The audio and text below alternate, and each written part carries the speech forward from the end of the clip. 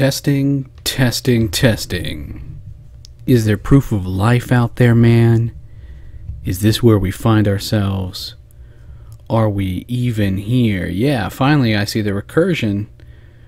And what is this wildness left over from the last time we partied in here?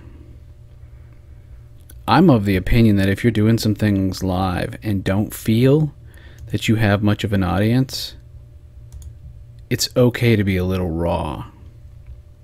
It's okay if you're shitty little theater where you put on a play every night to prove that you're alive, and no one ever shows up, but you put it on anyway. It's okay if the audience sees the ropes and levers. In time, that shit will be better hidden as we get better at our craft, right? So here we find ourselves. I don't have the music going yet. I like all these pictures.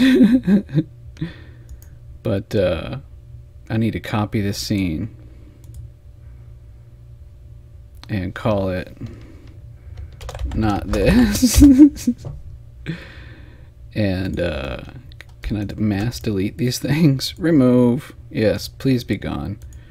Please be gone, David Bowie. Here, friends, look at this instead. Isn't this better? Oof, I better clean off my desk sometime soon. Alright. David Bowie's not bad, but even you need to go for now, mister. Sorry. I don't got the music going. What are we calling tonight? Tonight is...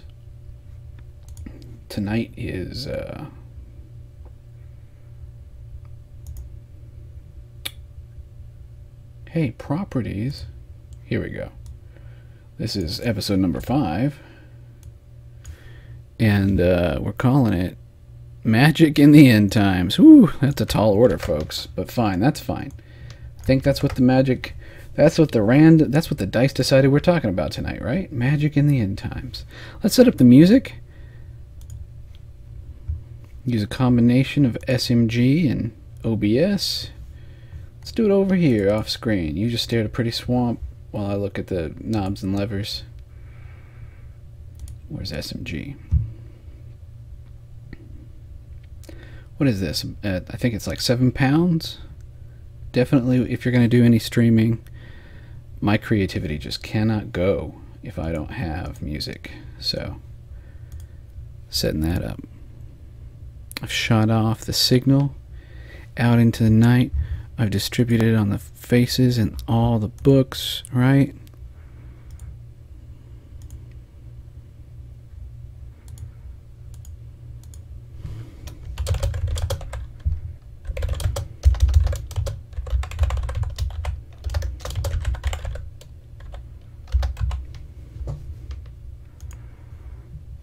Here we go, dudes.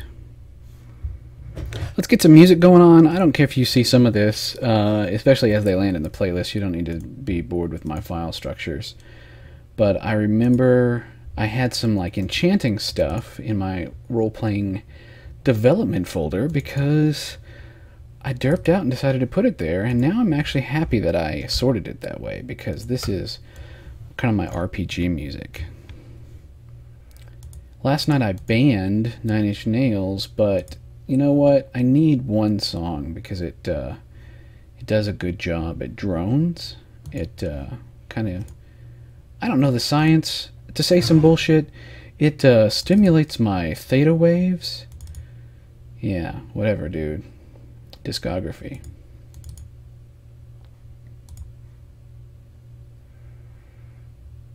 If your father could see you now.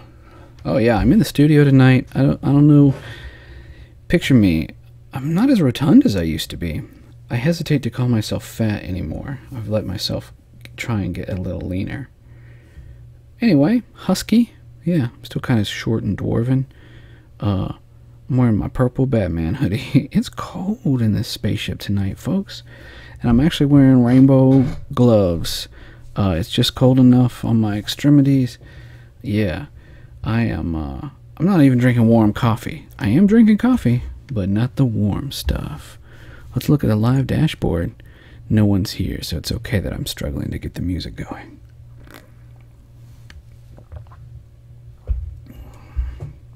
music, discographies, yes, 9 Inch Nails, Still, I believe you're looking for, yes, and then, I'm sorry, it's The Slip. I do get those confused. And we're looking for Corona Radiata, yes. Wonderful song, I tell you. Let's make sure this is working. Let's play this. Play it, please. Let's turn it up because it's drony. Set the mood. You know, I'm going to have this repeat for a while. Not random. Repeat this over and over. What are we doing? Yep. Alright, so everything, let me check the left mirror. Let me check OBS. How we doing?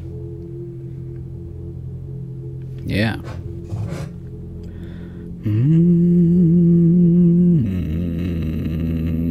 How long did that take? About 6 minutes to go through the checklist, flick all the dials down, and start to get this spaceship of the imagination off the ground. Not too bad, not too bad. This one goes out to my brother, because he's cool. I'm gonna paste.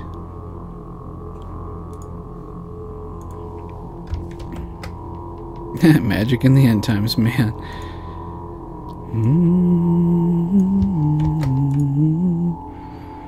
I guess I need to hit Hangouts.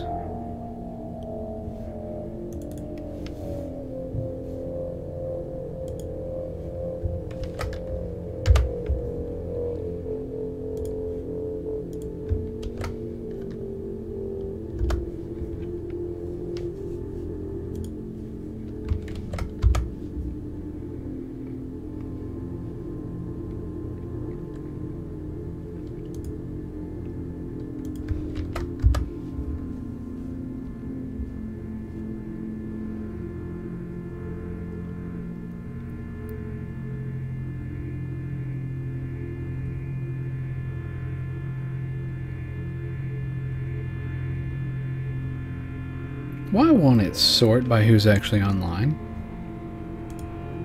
This is sounding stupid. Why don't you just show me? Options. Lame. Very well. Here we are, folks. Finally hovering off the ground. It's 8 minutes into the stream. This is Into the Night with Incomitatum. Oh yeah. I'm gonna go to my YouTube channel real quick.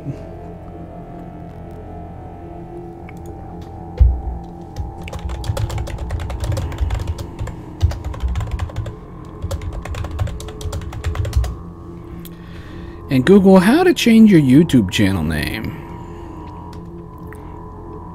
Beep, boop, beep, beep, beep. You can update this information at any time.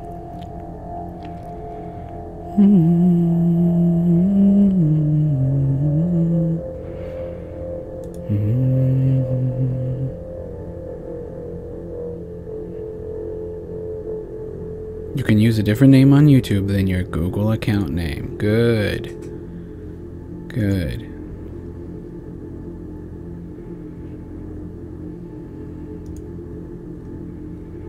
So how do I do that?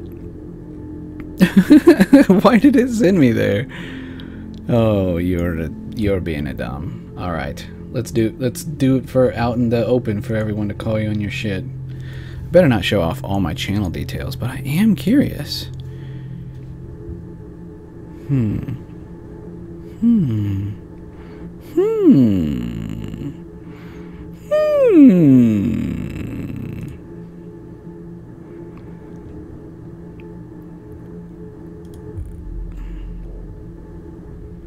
Your YouTube channel.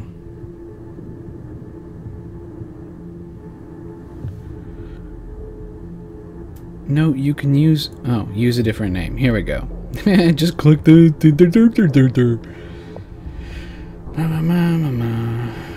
So, if you want to...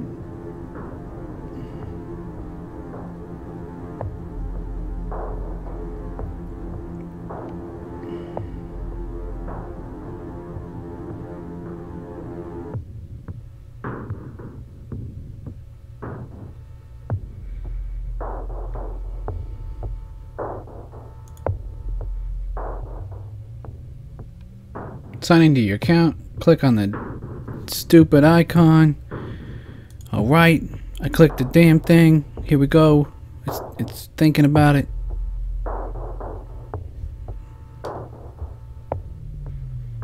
Okay, here I am. Click advanced. I guess I mean advanced settings.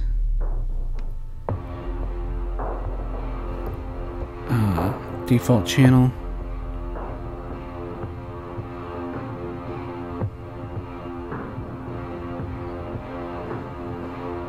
I don't want to delete my channel.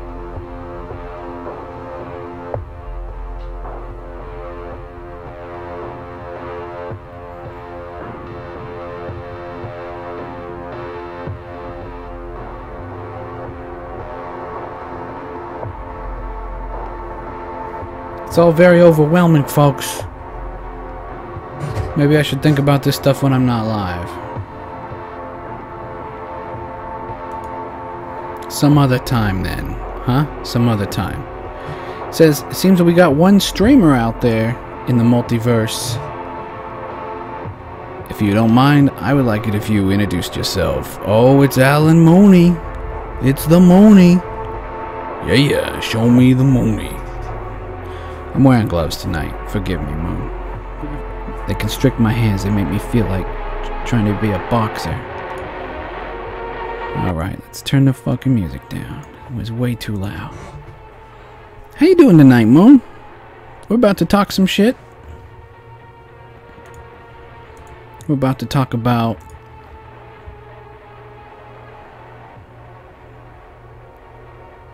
not Art in the Arcane. No, we were talking about some other shit. We were talking about... oh, see, I was faffing about on YouTube. And it messed it up, didn't it? You big dummy. You big dummy.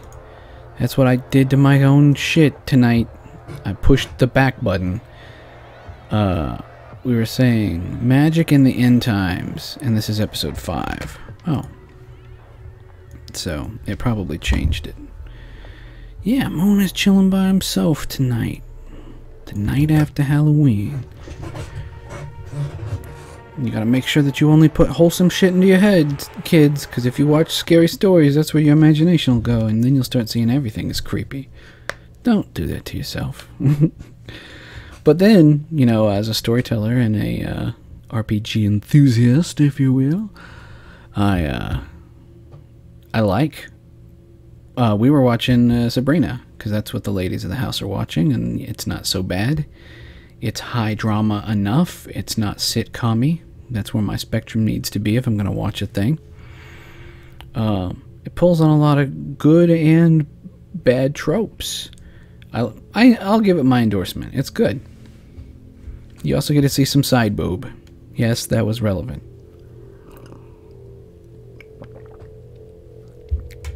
As a storyteller, I just set the mind for as porny as it's going to get. Not very.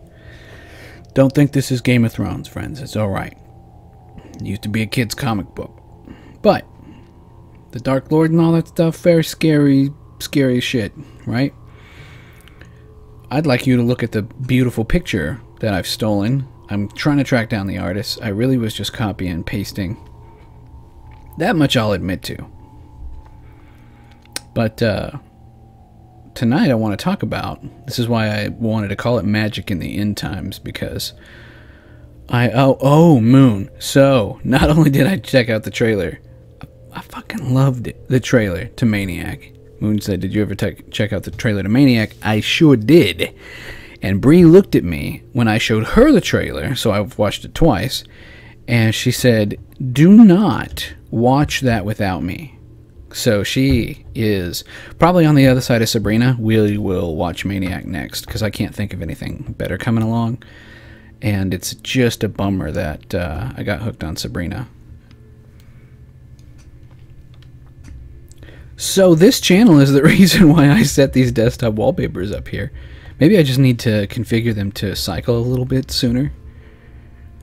But I stole this from Into the Badlands. And this is all referential. I shouldn't say I stole it if the CIA is listening. No, I should say this is what's the fucking copyright law about that? Fair use. Yeah, I'm making reference to. I'm showing all of my patrons out there on Patreon, for which I don't even have one yet. But I'm thinking about it. I'm thinking about getting a Patreon.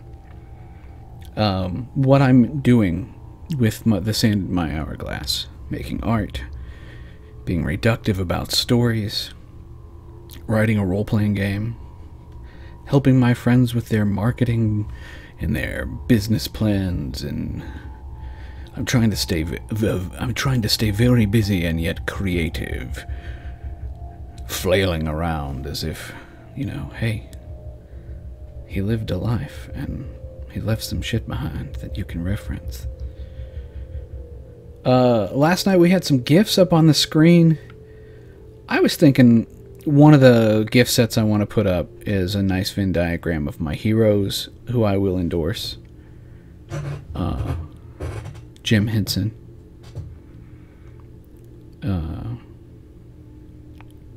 Robin Williams. Yeah. And then, well, I really like Mr. Neil deGrasse Tyson. I'm just a nerd enough. I can get a nice blend of magic and science and engineering out of the three of them. That's me. I said comically I'd like to be somewhere between Rick and Grunkle Stan. I want to talk to you guys tonight about Endworld. I'm gonna come on over here back to Google.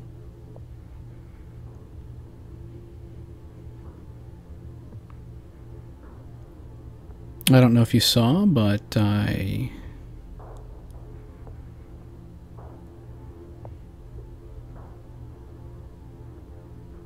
uploaded a thing.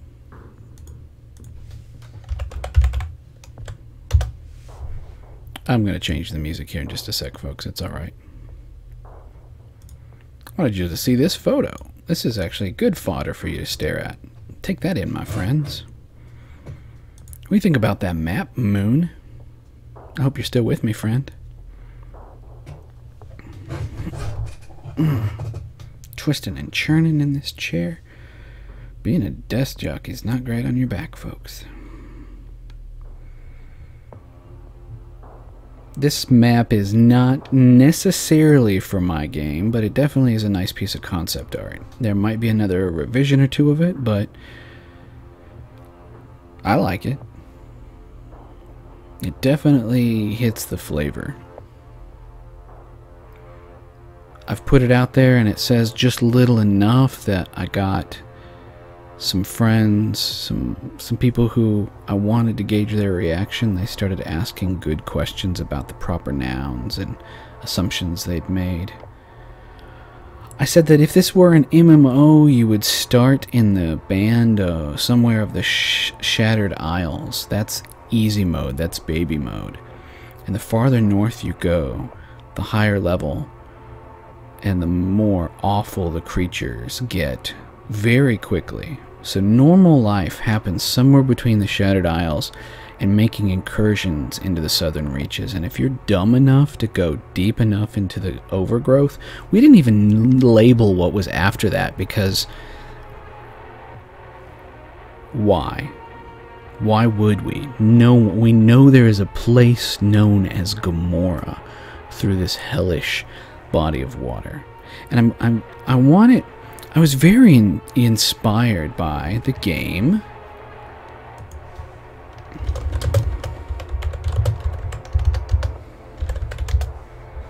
Well, I don't need the PDF, friends. The Quiet Year. Let's talk about the Quiet Year real quick. Yeah, I like this. For a long time we were at war with the jackals, but now we've driven them off. And we have this. A year of relative peace.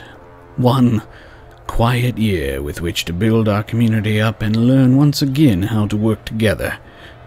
Come winter, the frost shepherds will arrive, and we might not survive beyond that. But we don't know about that yet. What we know is right now, in this moment, there is an opportunity to build something.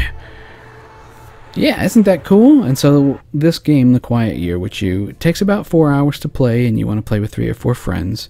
It's not really a role-playing game. You hover somewhere between a demigod, a fifth-dimensional being, and like the elder of this community. You're trying to shape the direction of the story, and you draw a deck of cards. There's 52 well-designed cards. And you draw them in 4 suits, and you play throughout all the seasons. And each week, something different happens. It's kind of procedurally generated. And it's so small and elegant in a higher level role-playing game, which is something that I've been into since I discovered Microscope or Follow. I have to endorse these products because they're just amazing.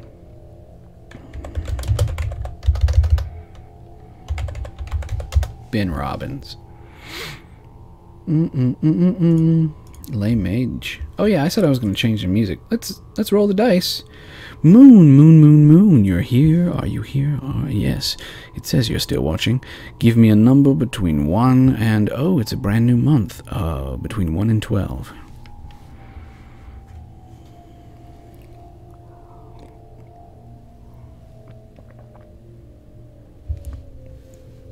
We'll need to turn the shuffle control back on and set it to auto loop. Mr. Mooney, when you receive my signal and send it back with a number, would you please? So we might point our spaceship of the imagination with a bit of entropy. Any moment now. The signal has been sent. The green imp in the lower right corner of the left panel says that we have a strong signal tonight. Very well. I lean towards the number 7. He has not supplied one. I will say 7. If man is 5 and the devil is 6, then God is 7. Let's go all the way to 8. In infinity, a loop, a rebirth, and a dying. The wheel of chaos. 8. What we got, Mr. Kevin McLeod? Oh, bit of marimba. Seems it. Fine, whatever, dude. Here we are, talking about some stuff. Lame Mage Productions. Microscope, Kingdom, and Follow. These are fun story games. They're not quite role-playing games, but you do play a role, but you have to think of yourself. And someone said, you know, you might want to just think of it as you're in the writer's room. And you know, that's one way to think of it. These who knows what happens next. Oh, wonderful. Yep, fine. We're writing Thomas the fucking Tank Engine. This music's gotta get fixed.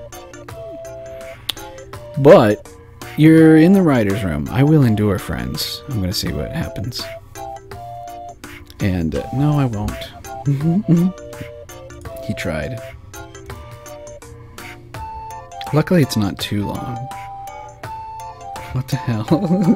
Fix the music before you go insane.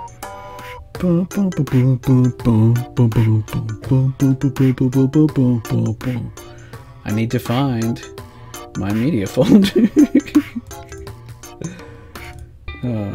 See, this isn't bad. Inspired. But yeah, we gotta get more of that Creative Commons music in here.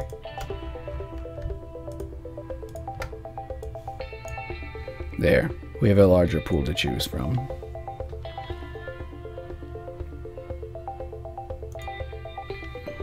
We don't need to use a different name. We can close this. So my world, my game, I want to be like these other games where you sit. There's 2 forms of play. When you, just before you start the episode, you serve up some ingredients to talk about.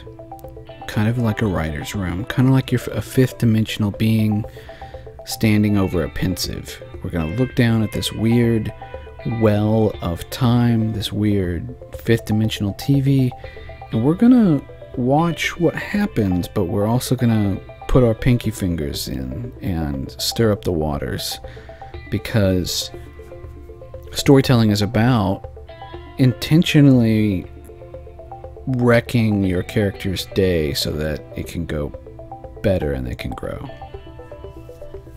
Right? That's the conclusion I came to last night. It's part of why I do this. This radio shit is half,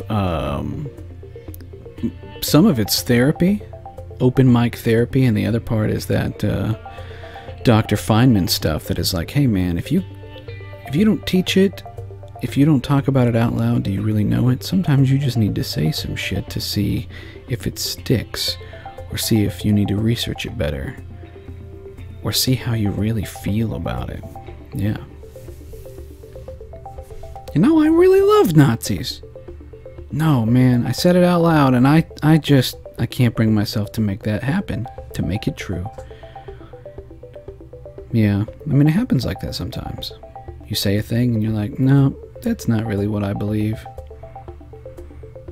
You've got to test your metal now and then, lad.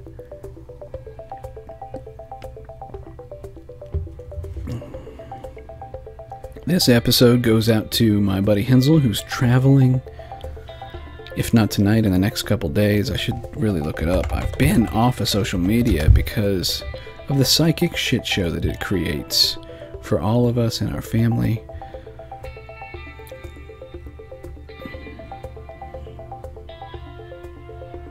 Well, whatever he's up to tonight, I hope he's having a good time. Friend, business partner in crime, yeah, Geeks Worldwide. I hope he's grooving to some nice tunes. This is a nice tune. I'm glad we got the music thing sorted out. For now. Wink, nudge. Oh no, Moon says that 3 would have been his number for the number of ciders that fell on the floor when he opened the fridge. That's like an awful 12 days before Christmas. Like, 3 fucking ciders fell on the floor. Oh.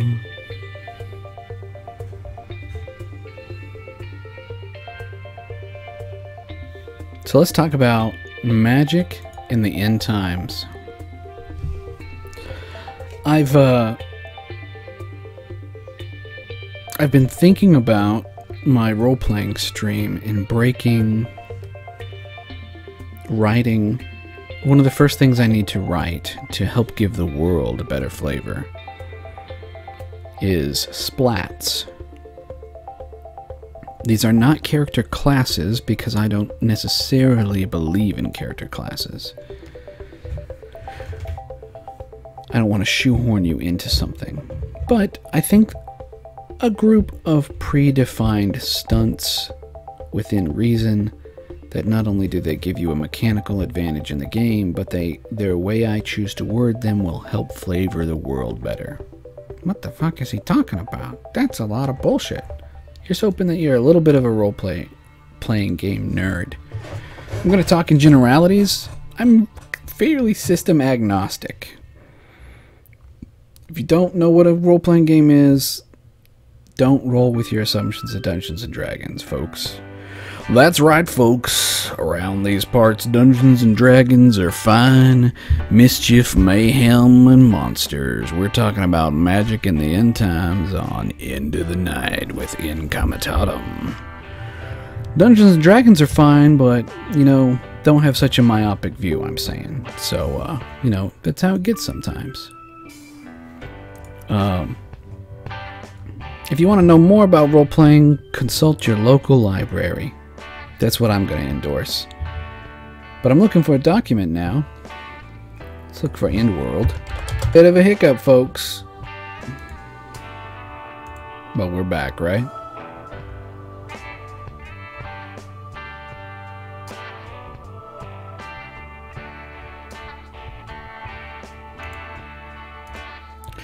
Let's search by last modified.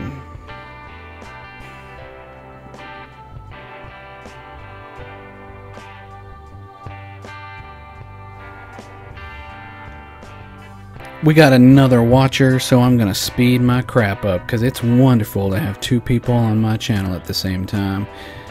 I verified one of them is not me. Moon, thanks for being here. I'm sorry you dropped your cider, buddy. I wish I could help you rectify that. Who else is in here tonight with us? We got Mr. Alan Mooney and another watcher. You do not have to identify yourself, but if you like to, we'd like to get to know you. Just a bit. I had another document, and I'm not finding it. I guess I could look gang leader. Look up gang leader. Weird Waters cheat sheets. Yep.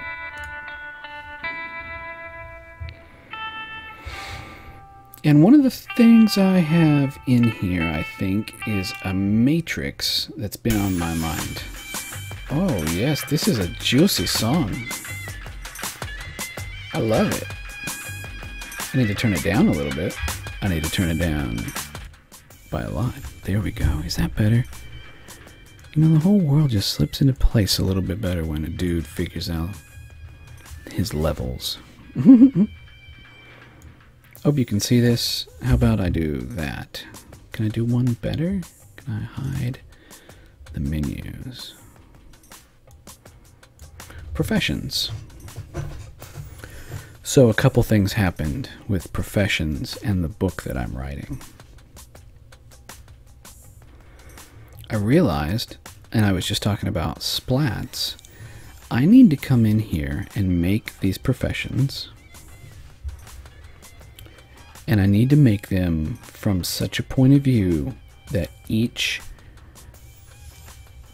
title, each profession, isn't chronicler or healer or navigator or scientist or bookkeeper. It's something a little off the wall that adds flavor. You know, it's not a healer, it's a sawbones. You know, that tells you it's the end of the world and medicine went sideways again. We don't have certain things. Or maybe shaman is a fine. Oh, shaman is down here in the socialite. Kind of like a healer, but they heal with, they heal the mind. You want to talk it out? You want to talk to this? Do you want to talk to the spirits about it? Yeah, man. Wait. Is it going to cost me $3.14 a minute? Oh, no. That's one of those scams where they actually have an infinite rounding error on the end. It actually charges you 3.1459 forever and ever. That's what they based the whole movie Office Space off of, okay? Sometimes when you're full of shit, you just have to lean into it and make everyone think you're not.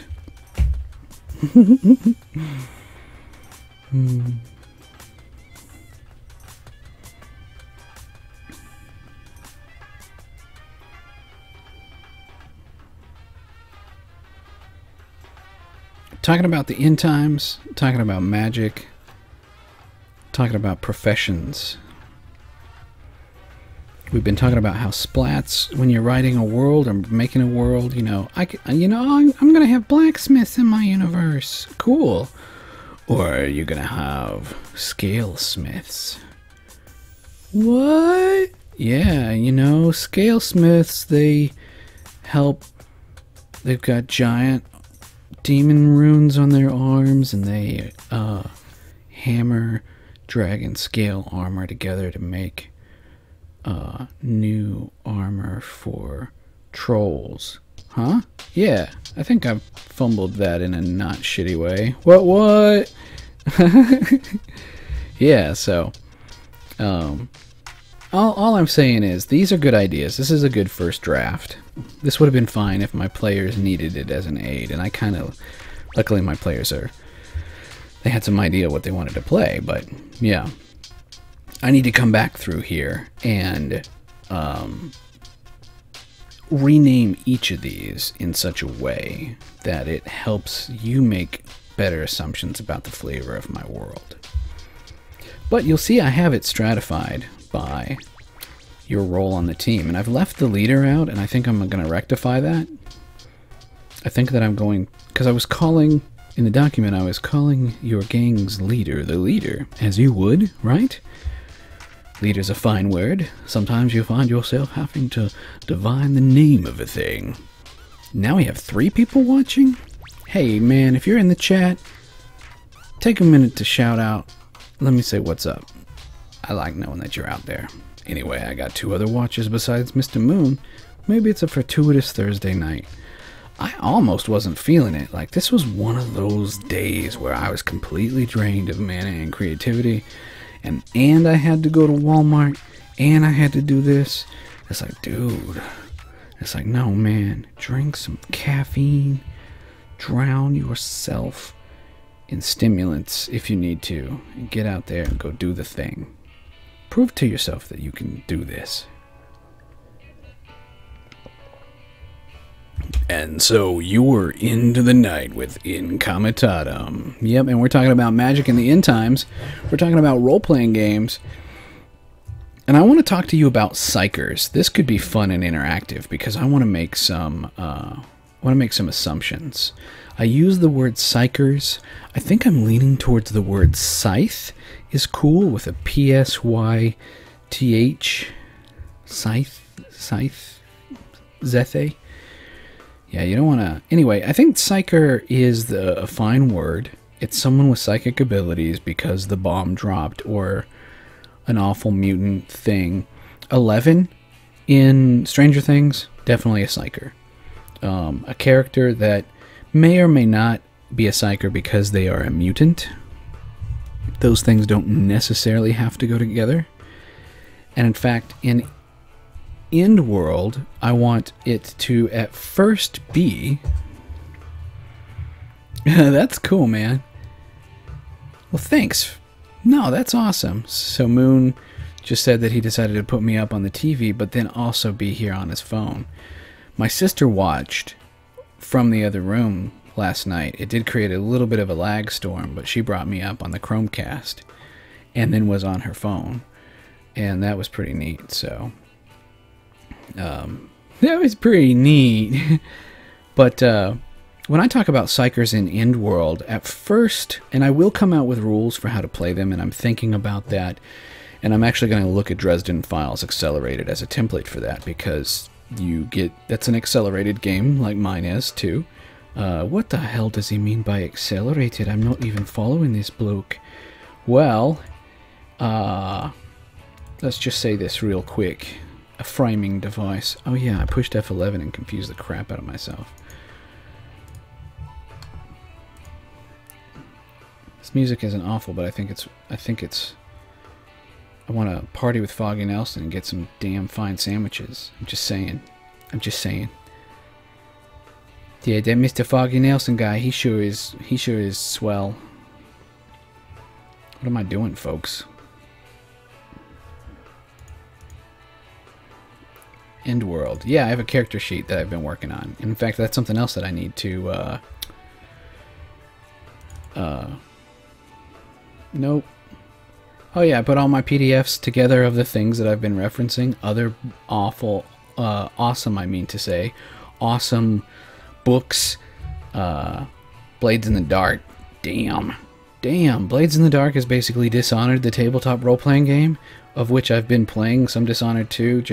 Dishonored 2 is one of those games that I don't feel like I need to binge. I'll play I'll play a chapter a week and I'll be fine with it. But it does allow me some snicked in the dark. You know what I'm saying, man. That's the character I kind of played in Skyrim. I was the dude who was part of the Dark Brotherhood and the Thieves Guild, and then I would maybe dabble in some magery. I tried to be a werewolf for a time, but it didn't stick. End World, where'd you get off to? Div Blogs. I want to take a moment to mention Soto Sopa, the finest restaurant in your town that you've never even heard of.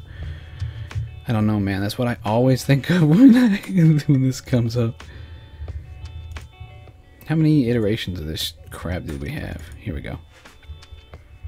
You guys can see this, right? No, no, no. This song doesn't start out bad, but it's got some dude singing here in a minute. I'm learning. So no, we're skipping it. Here we go. Endworld Weird Waters. This is a role-playing game where you don't have skills. You have approaches. Don't get freaked out by all the boxes. This isn't a standardized test. You don't got to fill all that out too quickly. And most of it's going to be filled out with your group of friends. That's how role-playing games should work, in my opinion. Collaborative storytelling, in my opinion.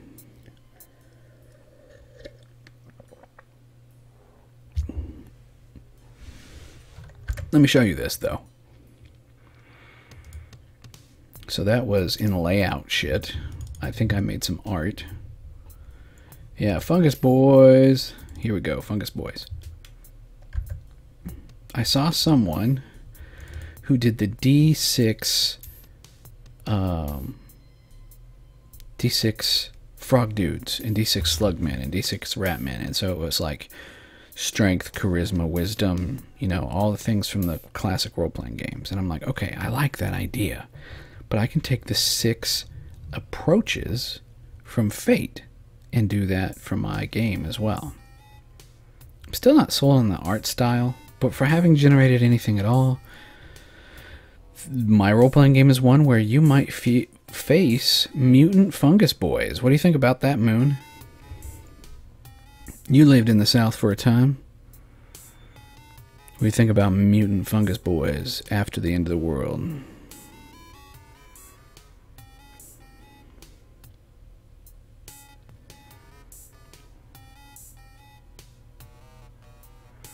And Moon, did you see the movie Annihilation? I need to infect all my friends with the movie Annihilation.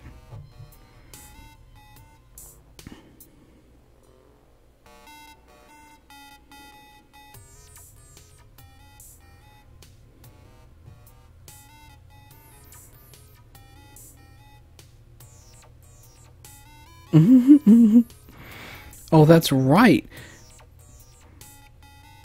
Now, Moon, you're living in a part of Oregon that, and I was enchanted when I went there, do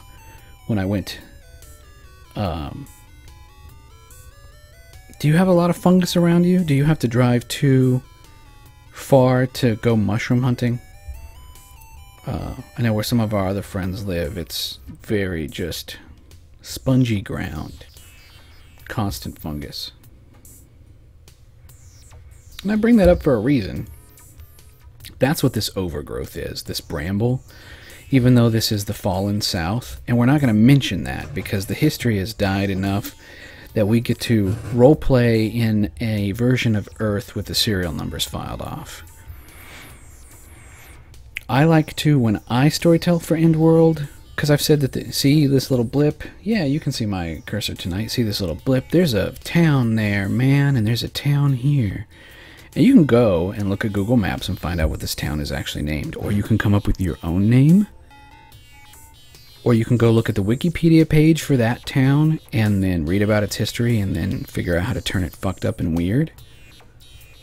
There's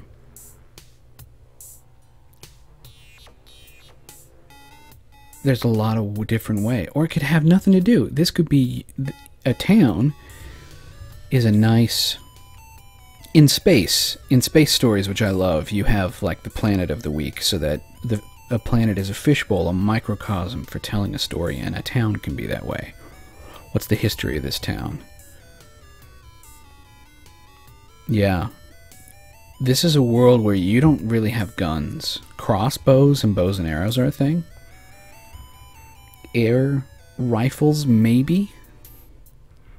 Air cannons on ships. I had a Navy guy consult with me, and he said, yeah, you know, if needed, it wouldn't be too hard to rig up, to go back to some of the tanks on the water that we had during the Civil War.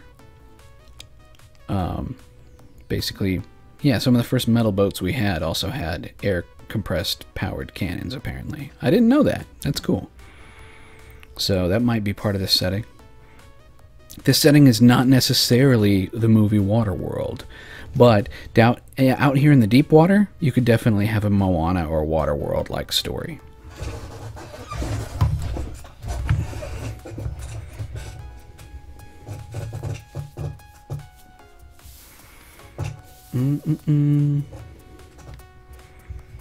Oh, Moon is saying no, he just could like walk down into his backyard and start picking fungus, so that's awesome.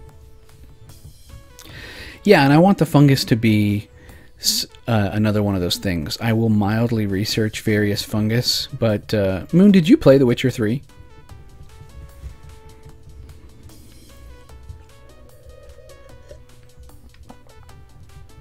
See, if I'm going to make this role-playing book, then it needs to be... well, I really was inspired by the fact that they had an herbal dictionary and a bestiary and a guide to animals and plants and all that. And so, my role-playing game is powered by the game Fate Accelerated.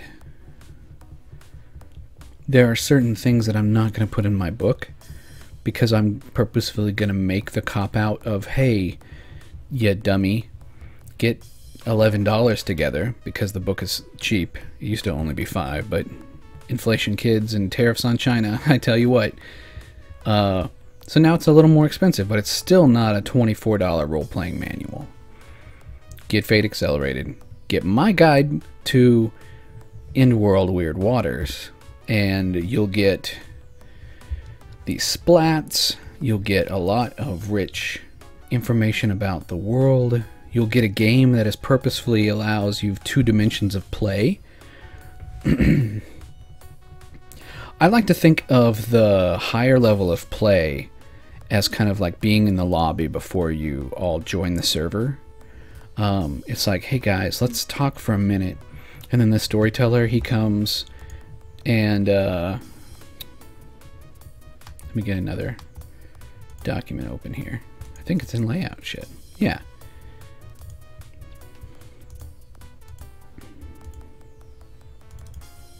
The storyteller would roll, and it's like, okay, before we even... Yeah, Moon wants to show me some art. Moon, you can drop a link in the chat. You, since you know how to get a hold of me, can hit me up behind the back channels if you need to, and I'll show that shit off if it's cool. It's probably cool because Moon said it was, so you know what I'm saying? I think that's an old version. Yeah, it has to be. Here it is. So, here's what the chart looks like now. But the point is, before you begin play, or even during. So, I've done a playtest of this before. I've written enough of a construct that we are playing a game of Endworld right now. And in fact, maybe that's what I need to do. Maybe Friday nights after the game, I need to spend Pomodoro that shit and spend some time, 30 minutes on a mic, saying, hey, here's what happened. Here's the science. Part of some of that science has turned out I need to update the character sheet some. I'll talk about that in a minute. Maybe not. I've got the channels open. We are receiving. And I might even do some art tonight. But that's not in the title. I'm not obligated to make art. In fact, tonight I think I'm just talking. I might make some art towards the end of the night, I hope. So, what did I do? Admittedly, I'll tell you. I looked at every card of Into the Quiet Year because I admired its design. And I wrote down, I knew this was a matrix of 15 things.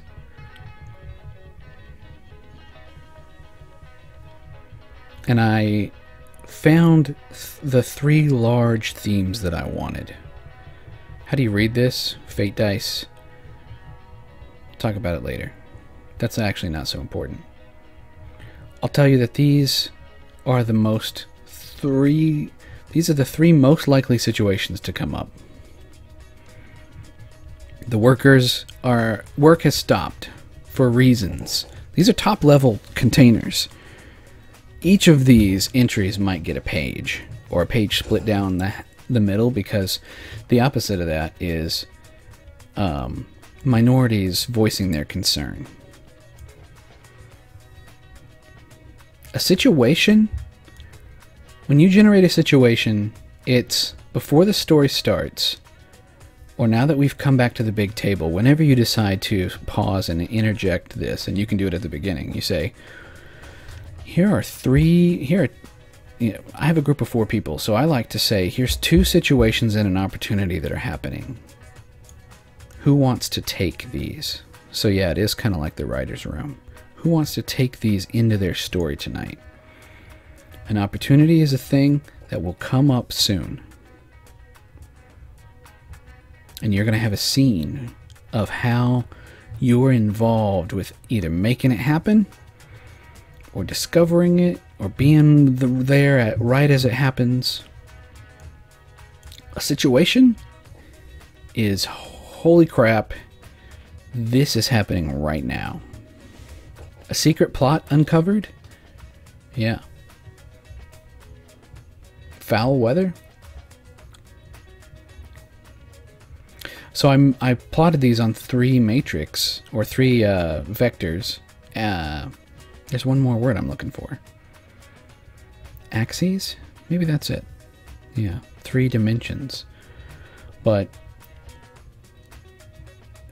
the neutral line is like man versus nature. Sickness, loss of resources, just awful luck, bad weather. Days of Unrelenting Hell is actually inspired by the notion of the doldrums. For sailing vessels, whatever it is, you're stuck, and you'll be stuck, and you'll be stuck until something, normally until an external force, because no matter what you try, you are stuck until something external happens. Another group finds you, the weather clears after 30 days of hell. This is going to affect you for episodes to come. But the nice thing is the storyteller can roll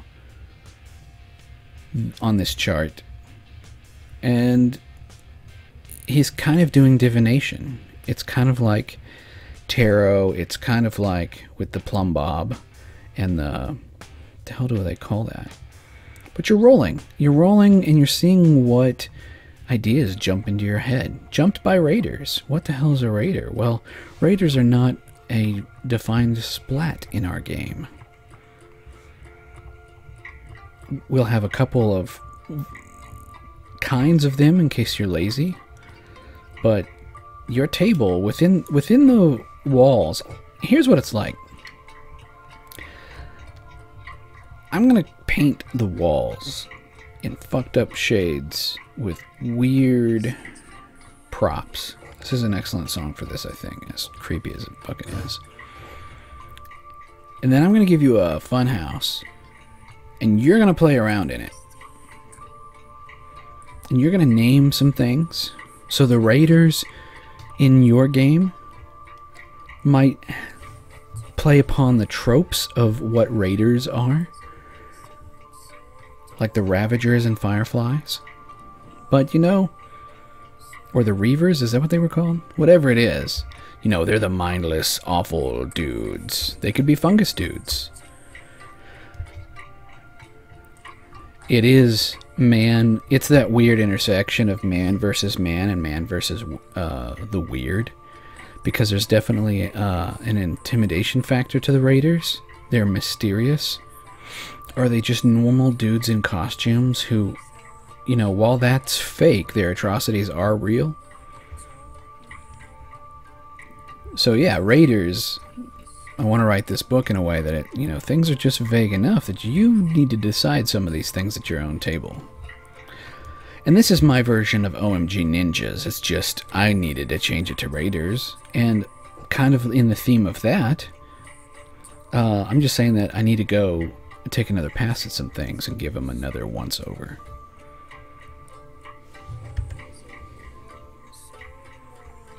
I've been working on this idea of a map for a while. Here's another idea of what a map in my game might look like. Like the Quiet Year, I want you to just draw some symbols. Don't draw words on the map. The only words are the ones that I put there, which should be this, you know, stratification here.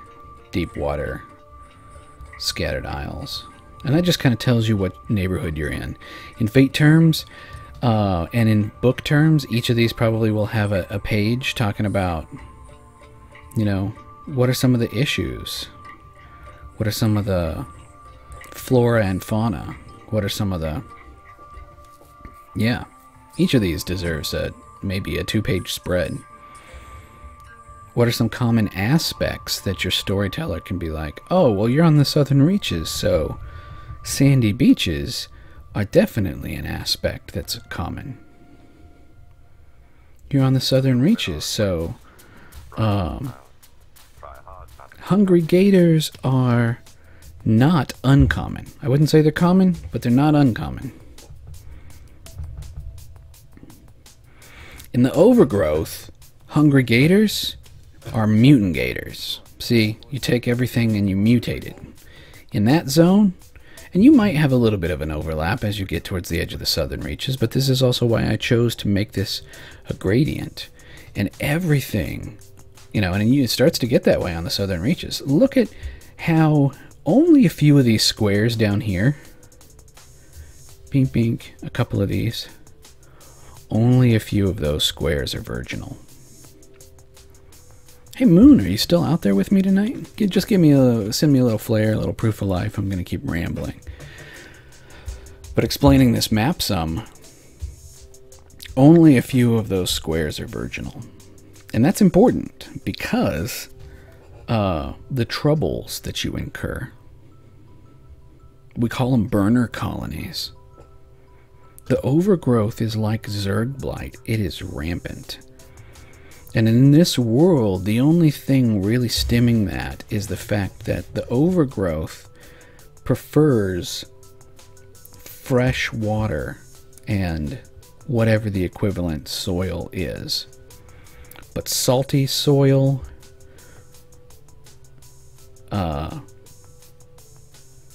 sandy soil, so there's a natural decay to the creep. It comes to an end. But it comes to an end just close enough to the shore to be still inconvenient. The creep comes to an end just close enough to the shore that people they're fighting the fungus, and they've got the resources on the regular, but they're fighting the fungus to try and get another toehold on the world, because that's the shore. But again, that's still the southern reaches. If you're up near here, if you're whatever this little awful gold dot is, these are established communities or once bastions that were heard of. There's probably not been any news into those areas for a while. I feel like this dude, this community, you know, it's dark enough, it goes through some rough times, but it's on the water enough that it holds out. But then this is Endworld, and the overgrowth is just one problem. This is the level 1 area. If you're dumb enough to go to this place in the level 1 area, this is like a level... let me say this. This is the level 3 area. You start at level 3 in terms of fate point numbers. 1 is like the generic fungi. The second is a trippy of the previous. Where are your links, lad? I don't know where these links would be.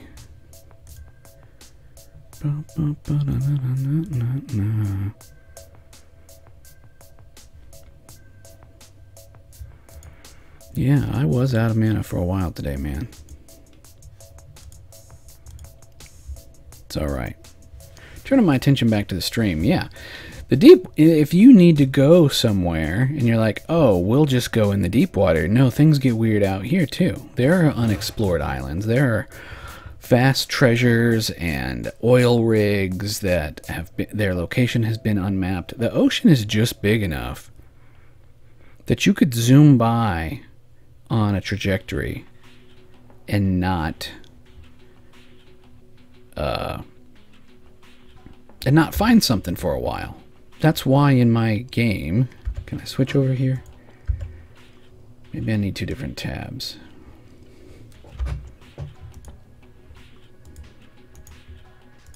Duplicate. Make this one the map. Please, won't you? And make this one the character sheet. PDF. Yeah, PDF is fine.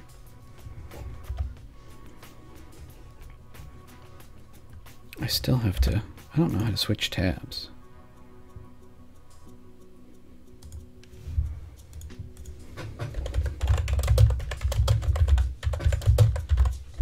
What's the hotkey for switching tabs in Chrome? Control Shift Tab if you want to go to a specific tab. Control Shift Tab? Not too bad. All right, I can learn to fly it that way. All right. So, down here, if this lets us zoom again. Oh, that's about as much as it'll do, huh? I've got, hopefully you can see this. These are the higher level actions you might do.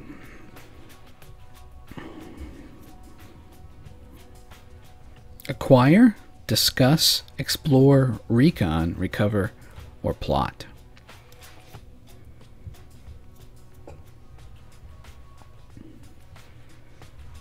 And as you explore, it takes time, but you're like, man, I'm gonna go here and I'm gonna really follow the math to make sure I go here, and I'm gonna see what there is. What's in this square right here?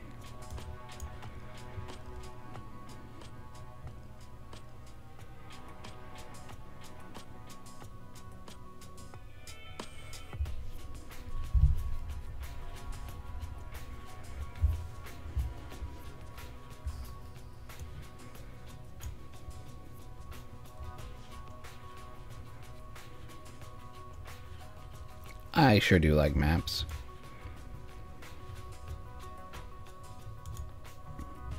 I'm also just zoning out for a minute, drinking my coffee. No, I don't want to update my antivirus.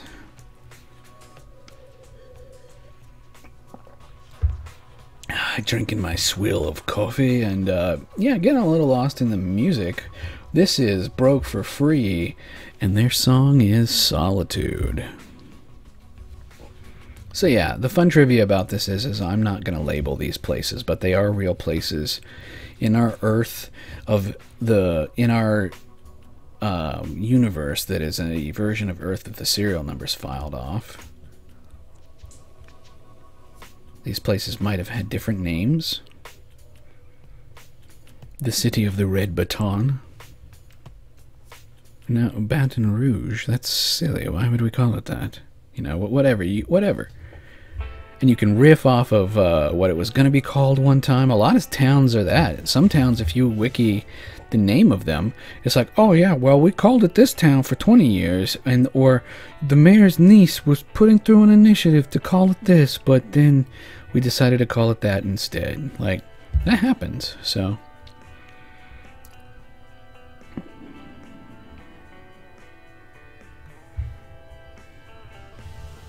Moon, have you done much dice rolling or role-playing?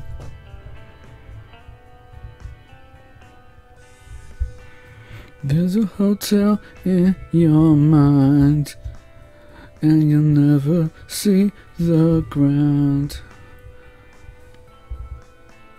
There's a pirate ship in the middle of your church. I don't know, man. This sounds like that echoing music. And yeah, one time some friends of mine and I, we used the stage up on in the sanctuary. and pretended it was a pirate ship.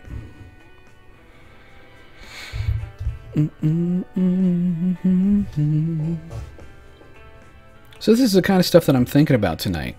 Where do we get magic in the end times? Well, the end times is this map. And someday someone will ask me to tell them a few of the juicy details of what I've been thinking about how the world ended. And see, that's the other thing is I want, like the way that the verbiage is in the Quiet Year, I want some of the things I mention in the Storyteller's Handbook, in the Player's Guide, in this thing, in this setting, I want some of it to be real. And I want some of it to be legend and bullshit. And I want you to come up with your own real legends and bullshit too. You know, where did all the vampires go? If this is the Deep South and New Orleans is one of these dots, I know which one.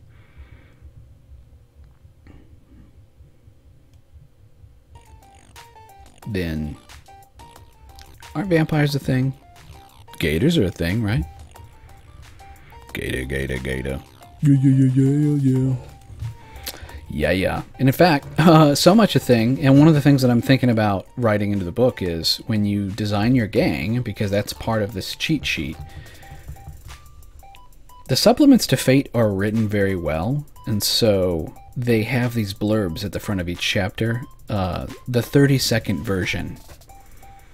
And I really admire that because it's like, hey man, you just need the most basic shit. Here you go. Here it is. Hit these bullet points. So I'm like, okay, as a designer, can I hit those same bullet points? Can I nail this down real quick? Here's some shit. Here's a couple tables I was toying with that actually don't mean anything to the game. And that's okay.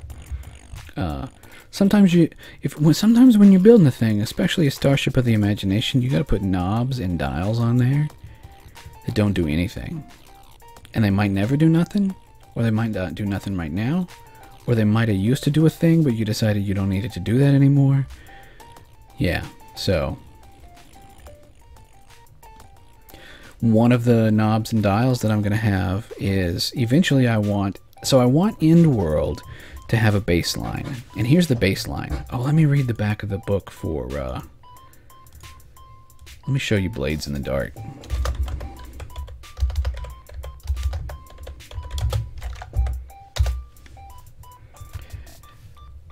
And we're coming up, we had a little bit of a hiccup there, but we're coming up on about an hour.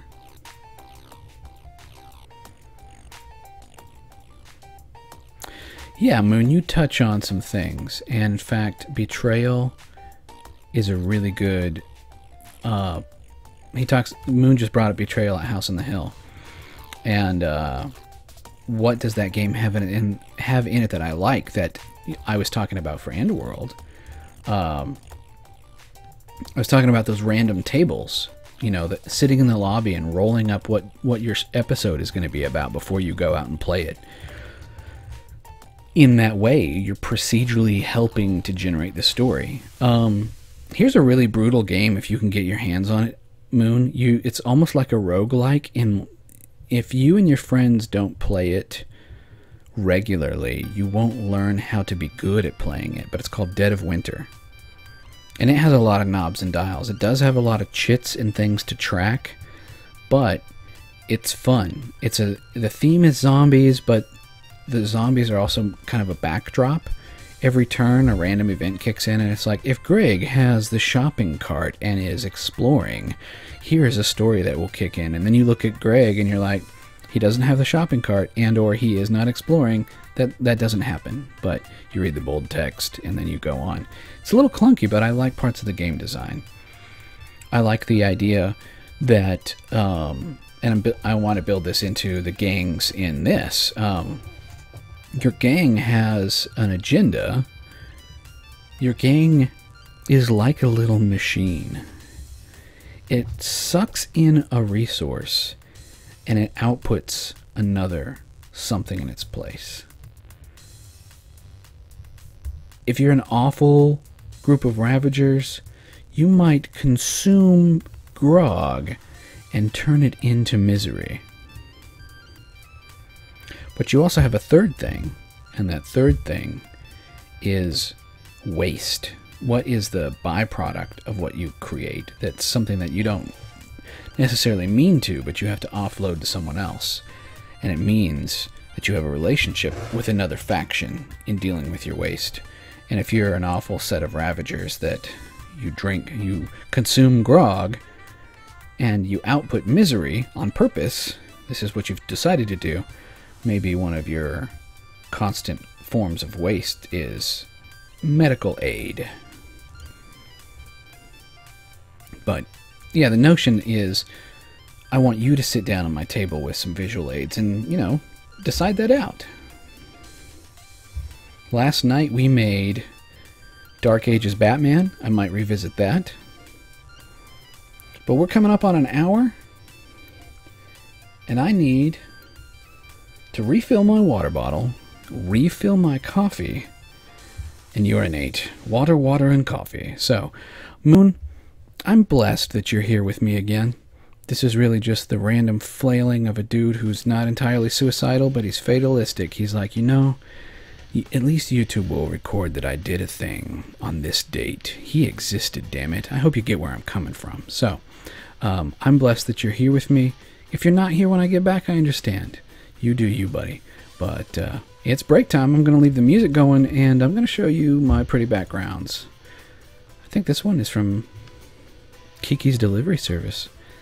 But as a background, I have a hard-on for environment design, and I wanted to be a background artist in animation, so I had to save this picture when it came up. Be well. I'll be right back.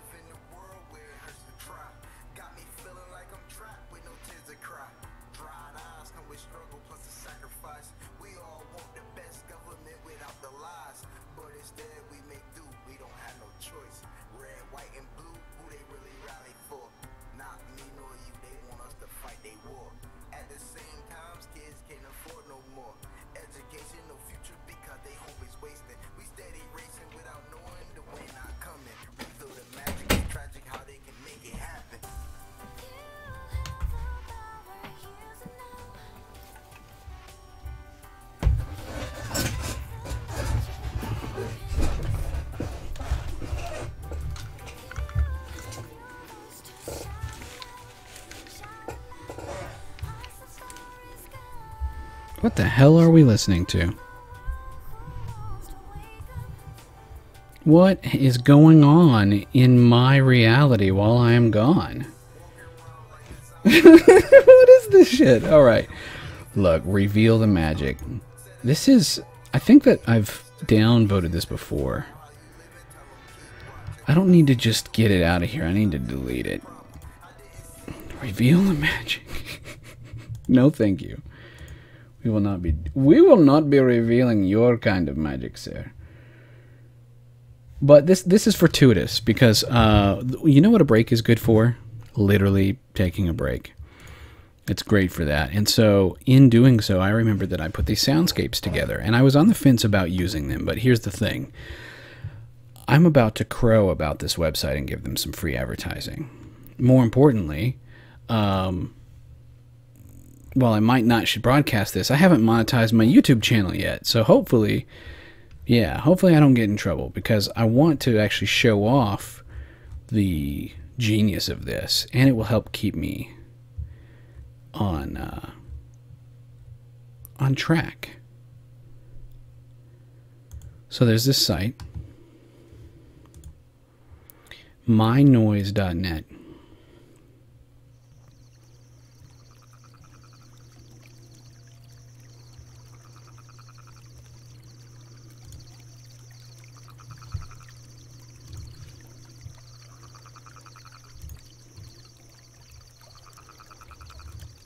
And for my role-playing games, what are we doing?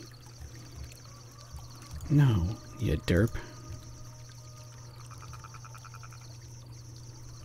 Open the mixer.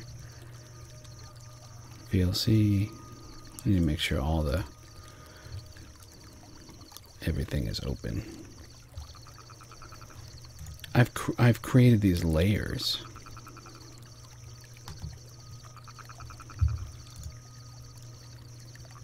I've pre-made these things to go together.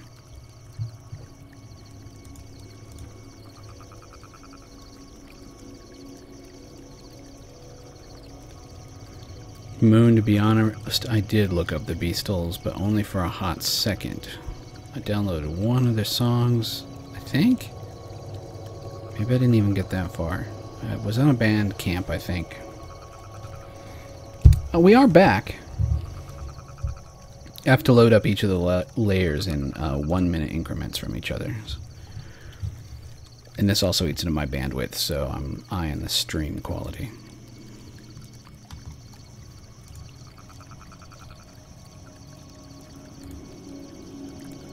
I want to show you the picture that goes with this one.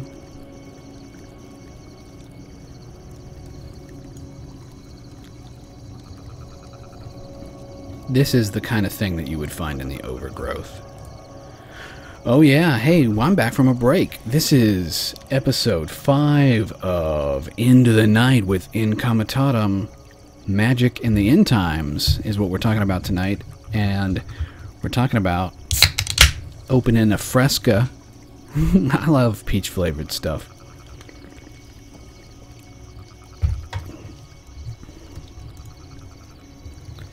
In in-world, there are what could be thought of as 2 factions.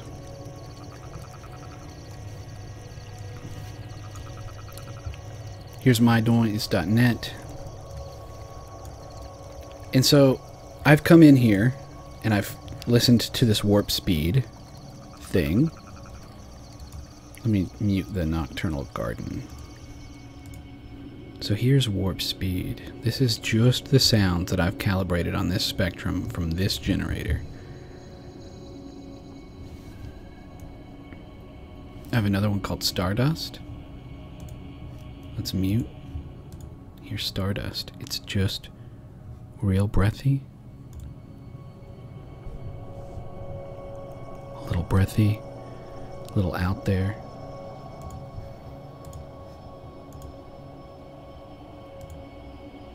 Add some warp speed, add some nocturnal garden.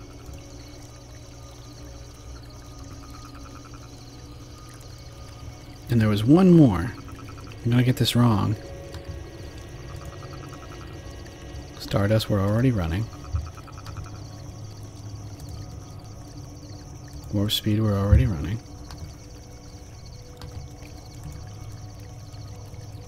Eternal Garden, we're already running. There's one more. Amnesis. Yeah, and I need to reload this in 1 minute.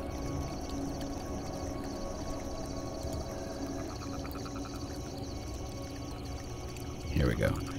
But all of these things layered together as you listen. If you have your headphones on, you can even hear like an old call to prayer or a scream as you stare at this image. And you imagine that you have fucked up and gone too far into the overgrowth. It's an alien landscape, even though you're on Earth 100 years from now, or... Yeah.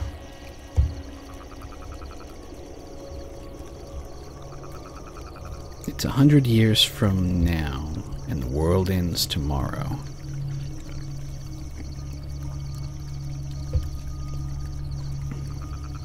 And that's the cool, big, chunky story that I would want to tell in the margins, but gloss over.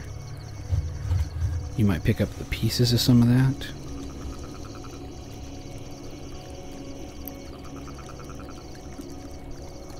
So there's two alien factions.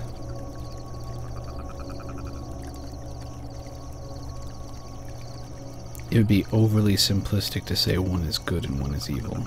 But the intercessors, maybe one is in this picture. The intercessors are neutral.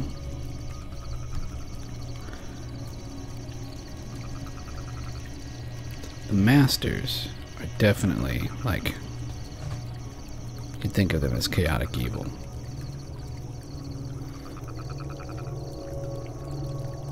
They might be lawful evil. It just might be their own fucked up legal code.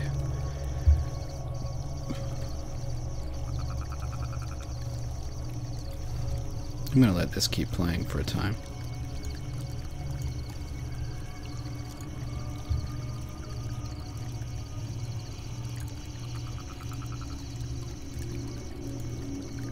So yeah, the overgrowth. I have a whole soundscape dedicated to the masters, but first of all, I don't know if this is coming through. Hey Moon, you're with me, right? Are you still? Yeah.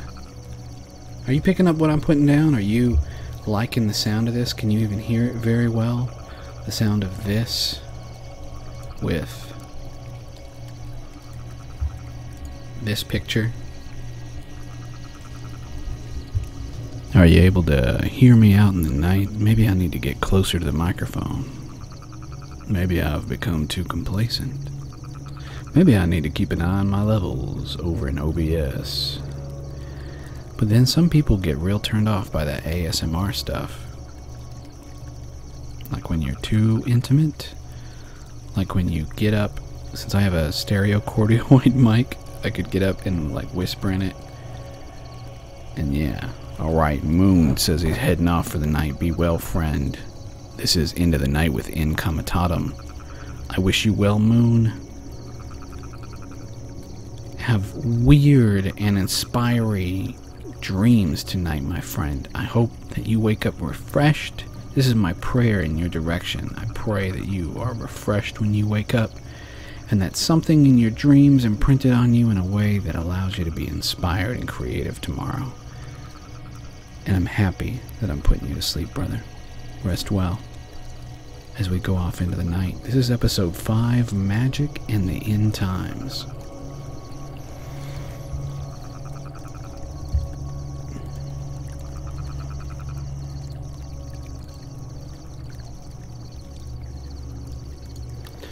I've been trying to stay off of Facebook. I don't want to talk about politics or religion, but Facebook has turned into so much politics, and it challenges me to find out what religion I am. And I'm just... Social media can be good, said the dude whose friend was about to leave. It's like, it's not like I'm live to 200 people. I mean, who the fuck am I, right? And as a creative and as a business, it's a thing you want to strive for, right? So then I have to become the guy that I end my thing saying, if you like my signal, then like and subscribe and turn on notifications. I guess there's nothing wrong with that, right? If we all admit that's how the game is played. My mama said that she actually never said this, but it's better. I like it. If you don't ask, the answer is already no.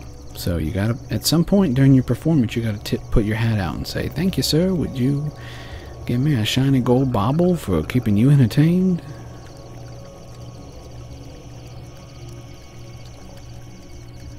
Magic in the end times, into the night. What the fuck are we even doing here, friends? Part of it is exercise. This will be the 5th live stream I've done. I have about 7 hours of footage on my hard drive of just talking to Reaper, another piece of recording software. Getting my therapy out. And that was good. That was good baby steps. But this is better because it forces me to be naked in a way, knowing that it is being archived. I'm being raw and real and vulnerable, but at the same time I'm going, well, I do have an audience.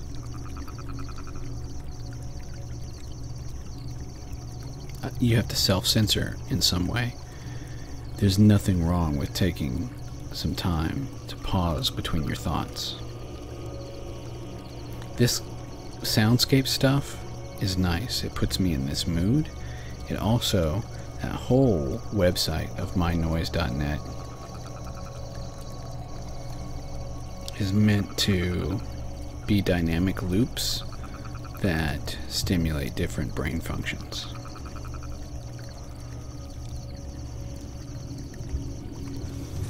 Maybe I should advertise in my Facebook group that I am doing this feed tonight. The Facebook room the Facebook room group. Golly, man. I'm trying to be a better human and not swear so much. More importantly, I rarely ever have anger behind my swears. But I do have frustration.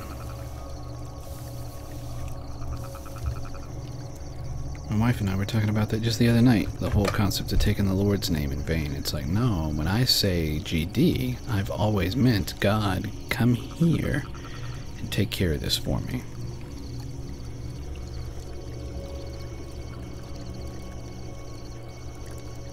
It's too much. I'm done. I'm out. Me gone. What am I doing? I'm taking this, and then I'm pasting it here on another monitor.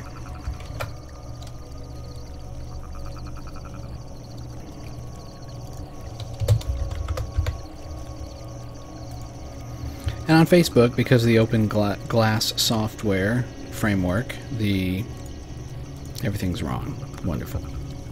Ah, well.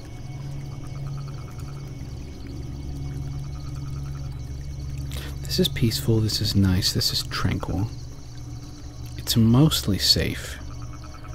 If you see an intercessor. So yeah, what I want in my game is, I want this scale of the game to be about you as a player playing the hand or the general of your gang boss. He's very important. Your gang's existence is important to the narrative, fabric, and tapestry of the political cloth of the world. This map. Blades in the Dark says, it is a tabletop role-playing game about a crew of daring scoundrels seeking their fortunes on the haunted seas of an industrial fantasy city. There are heists, chases, occult mysteries, dangerous bargains, bloody skirmishes, and above all, riches to be had. Let me do this with a little more flair. Blades in the Dark. Blades in the Dark is a tabletop role-playing game about a crew of daring scoundrels seeking their fortunes on the haunted streets of an industrial fantasy city.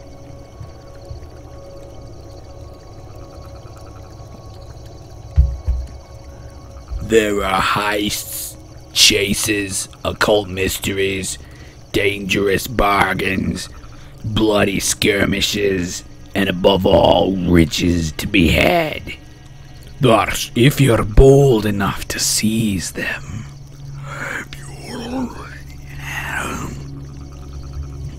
see, what I love about that is what Fred Hicks came out and told me one time. You gotta stop thinking about your sandboxes, which it's easy to make a sandbox. It's real easy to say, I'm a sandbox storytelling guy, and I made a sandbox. And it's fine and it's fun if you and your friends are playing a sandbox storytelling game and having a good time. It's fine. It's good. It's preferable. Fun is definitely one of those key ideals that you should all work towards to achieve. As a game designer and publisher, though, it's my job to not stop there. I have to flavor the world well enough. I have to write the blurb on the back of the book well enough that it tells you what my world is about and what you'll probably end up doing if you take the time to play my game. What kind of action, what kind of agency. So yes, here are the top level actions. Do I want my character to acquire, discuss, explore, recon, recover, or plot?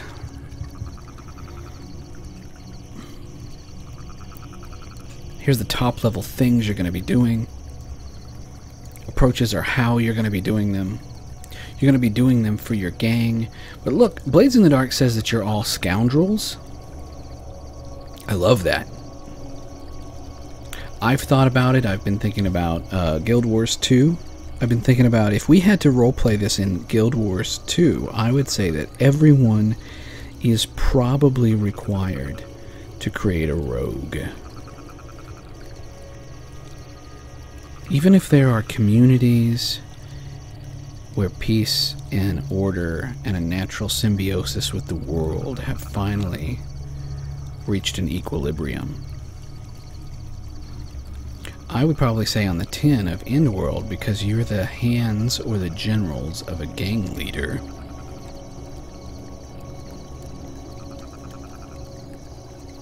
that you are all rogues, rapscallions,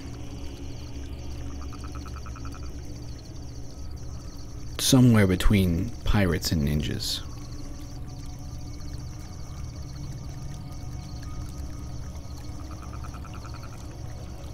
We were talking about how even on pirate ships there were heavies. In fact, the big guys normally were top heavy. They had like giant arms because pulling up wet netting is a motherfucker. Just giant arms and hauling shit around all day. But you know what? Some of those dudes were also a great defensive line when a boarding party was coming on. And so maybe you would hold them back. They're not the ninja characters that leap across from one ship to another necessarily. It's like, no, I'm going to stay back here and keep our own shit safe. So yeah, you're all a rogue-ish, but see how this says, see how the scoundrel, rules to create your scoundrel using the following archetypes: Cutter, Hound, Leech, Lurk, Slide, Spider, and Whisper. Fuck, man, that sounds cool. I don't even know what any of this is, but proper nouns help to flavor your world, is what I'm saying. Gang is ambiguous. Agenda, backstory, crisis.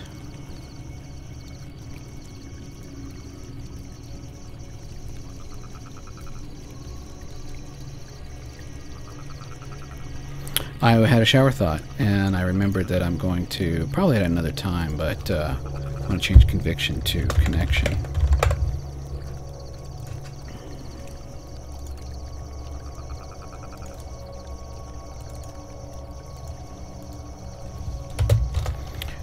This is with the boss. A pillar to fall back on when the chips are down. Still. Which is kind of what conviction was. We just want to reword it. Get 2 for the price of 1. In our playtests, I realized that I need an aspect. So I'm going to have everybody change their conviction to connection. We still have a little bit of ABCs, ABCD. And then you get an asset and a stunt. Put your base in the center of the map. Easy enough, right? I'd say like right about here. Here. Somewhere around here. Somewhere, man.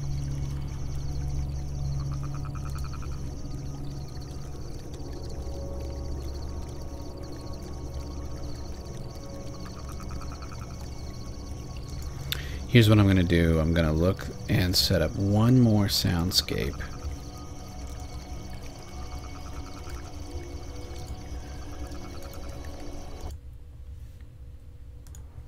That I think that you'll think is nice. Meet the Masters. That one's creepy. Here's the art for it, though.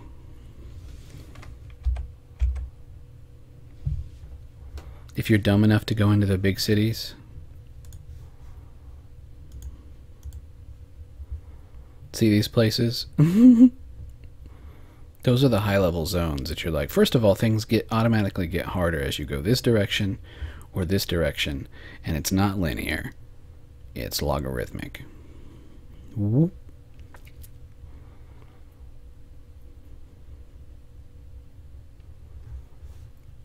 Meet the Masters. Another soundscape. Oh, yeah. I tagged these in the group.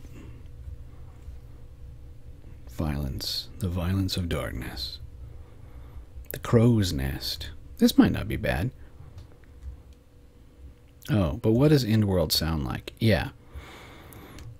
I think this is the most vanilla. The other one is an audience with the Maven. Let's do that. Oh. One at a time. Pink.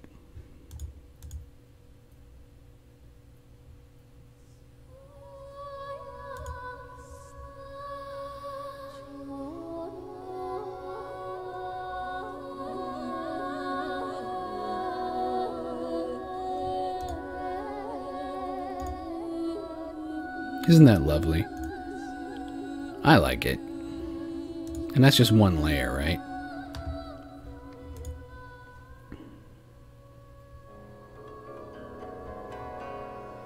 So this is like you're sitting in a fancy parlor waiting to meet with, in our game, one of the things you do in your game is you generate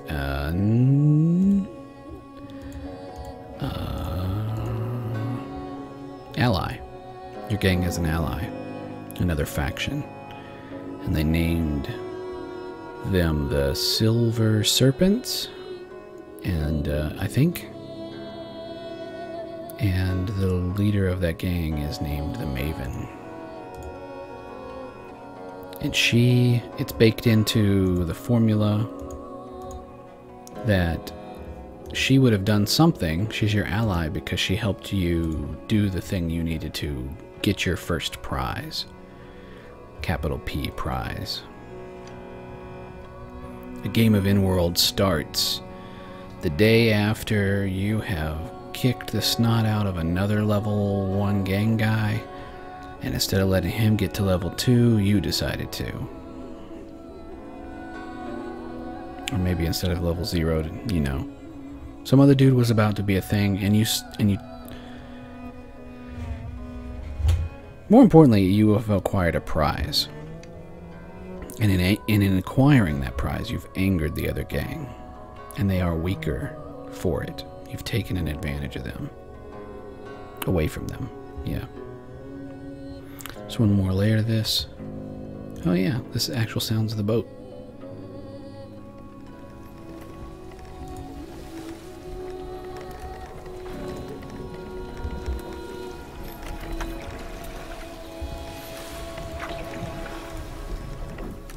What do you think about listening to this while you're staring at the map? Where shall we go next, Captain?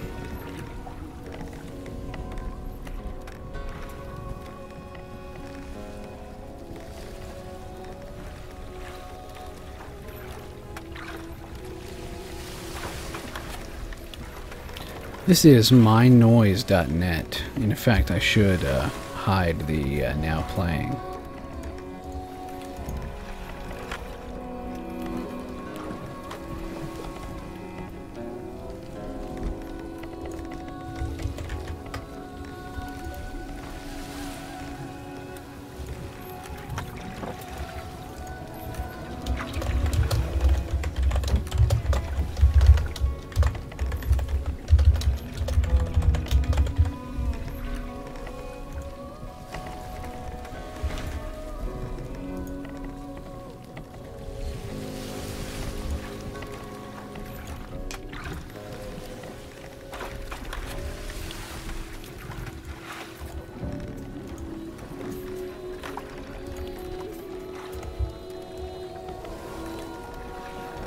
I don't know why that had to move itself, but whatever.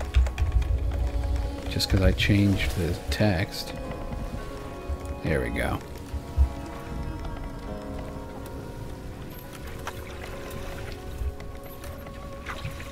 Going on an hour and 45 minutes in. We're talking about magic in the end times.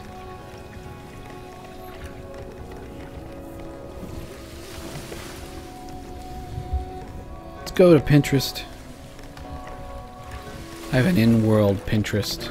I have a Pinterest at all because I use it to play art director. Look at this beautiful spaceship.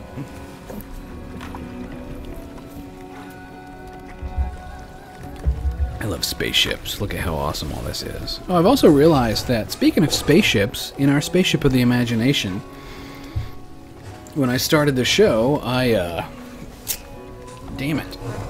I complained about it being cold. So cold that I was wearing gloves. Well, I'm still wearing gloves and a hoodie and socks but we also steered towards the sun and the controls are starting to heat up and I don't need to be this warm, eh? Don't you know? Test 1, 2. Our stream is good. Our time is good. Yes, just taking your hoodie off indoors. And maybe I'll take these gloves off too. That's silly to be wearing gloves. Oh, there was kind of a nice compression happening to my fingers. I'm not diabetic, but you know what? It was nice. It's also nice to have them off. Look at this guy. You can get lost on Pinterest for hours. I've got a pin board for Endworld. And I've realized that I need a whole board. See, I have this. Creatures, characters, gear. I hope this inspires you. And so we'll want art like this someday. This is all fair use. I'm just trying to build up a palette of how things look like in my game. If we have a Kickstarter or a Patreon and I start getting some coin and can pay my artist friends, you know, what do I give them as art direction? Look at this dude. I like the haggard and the grizzled. I want it to be mentioned that the people in Endworld are not really pretty. They're a little crusty and hard scrabble and thick knuckles and large noses, so that if one of your characters has an aspect alluding to their symmetry and their nice looks, that it actually sticks out. Look at this dude. He's actually an inspiration for me. A dude like this is one of the gang lords in our game. He's been a long-standing NPC in a great many of my games throughout my life. His name is Omega Ogrunda. Be a little less tech-oriented. Kind of like the manager I drew last night, but not as hairy either. Somewhere between Mojo from Mojo World and Pearl. But again, maybe he has. Maybe he's figured out how to do some awful shit with the alien tech. Alien tech is a high-level aspect in this game. If you find it, it's definitely that purple loot.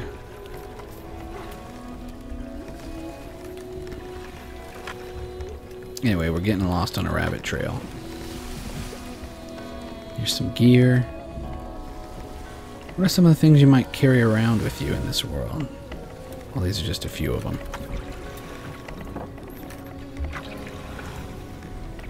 But I realize that I need to have a pin board. Probably a sub board.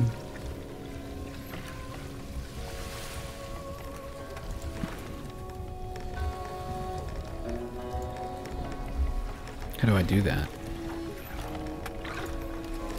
Add a section.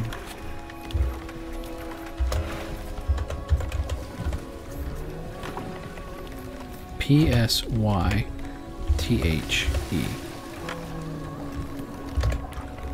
Scythes. Yeah, there's the plural.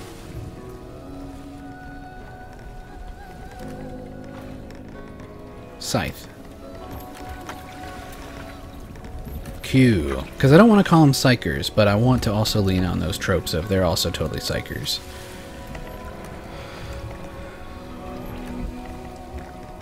So yeah, what are some of the things I'd search for? Jedi versus Sith.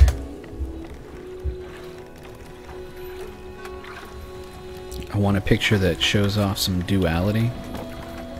Definitely. This is cool. End world. Scythes.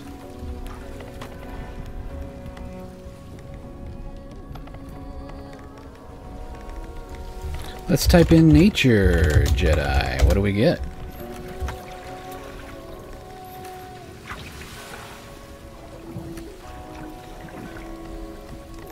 I like monk robes.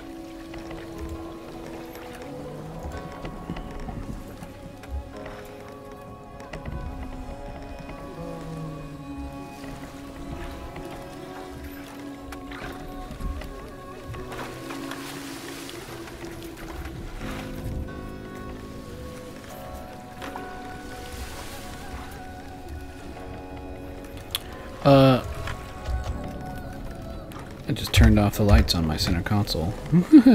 Turn them purple again.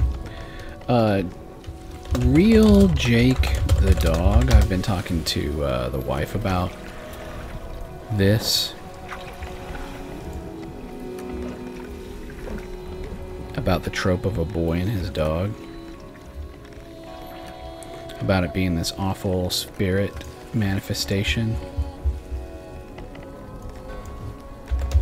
of a psychic boy who doesn't know any better.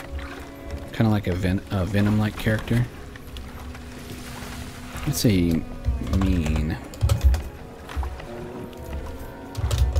Jake the dog.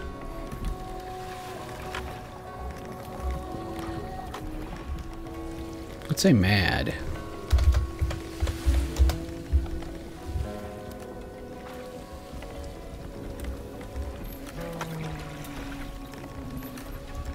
This is enough. It's not quite what I want. It might even taint the pool.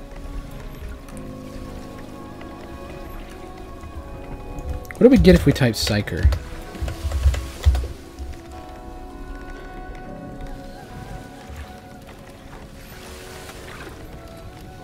They're called Psychers in Ark? I really am ignorant about Ark.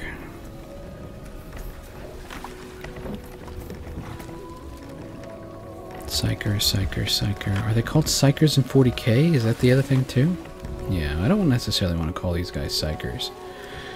This dude was badass though. In Tyranny, I gotta tell you what. Tyranny was a great game. I'm saving this to Psychers for sure. So, what's a Psycher in my game? A Psycher, it changes the social contract. The foundation of the game. That is to say, if you're not going to just play a normal level 3 general, which is, or roguish general to your gang boss,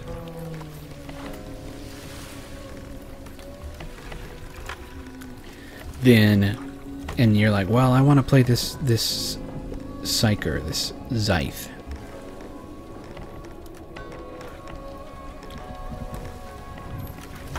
It is that you know you're playing a character that as they are more awesome,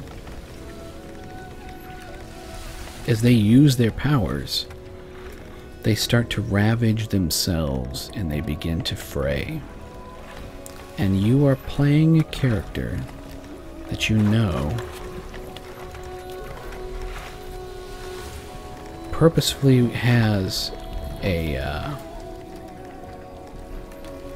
shelf life.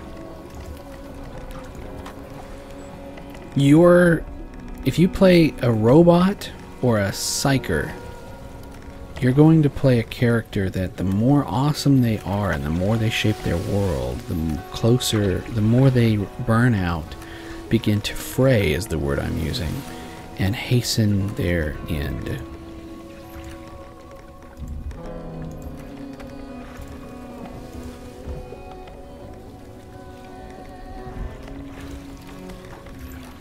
A high-level psyker, before he or she pops and ceases to be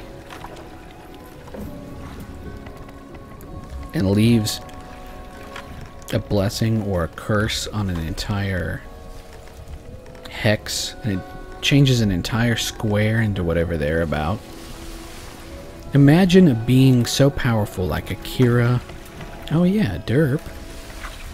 Need to be searching for that. Akira. Gonna get a lot of movie posters, but yeah. Akira, Dr. Manhattan. The more you do cool shit,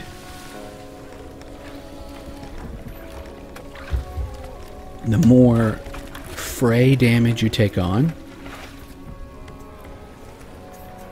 And there should be a bottom line to it. It should be like, look, you might be able to roll something to resist, but you're taking at least, like, oh, you used a medium level power? You do 9 points of fray to yourself, you can roll to resist that. And if you, but at the least, the bottom, you're going to at least take 3.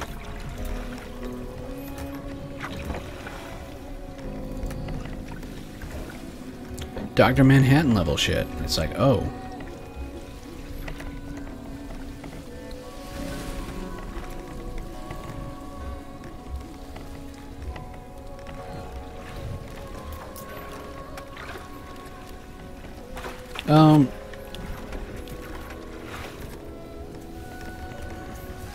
Scion or American Gods.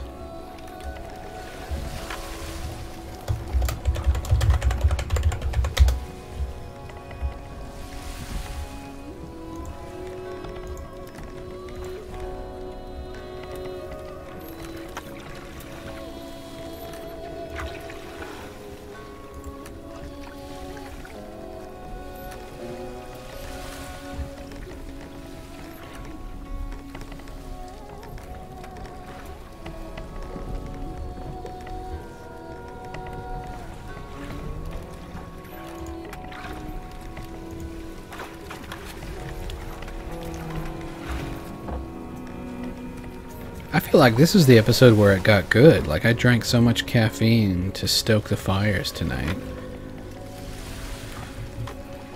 And while I'm being a little less narrative than normal, I am being contemplative.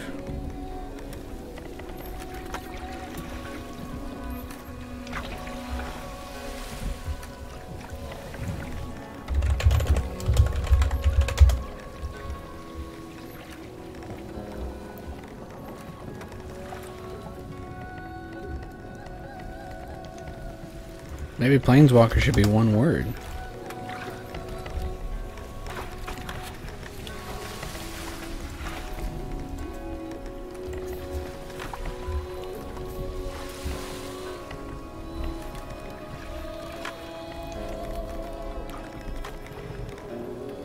The odds are high that one of the gang leaders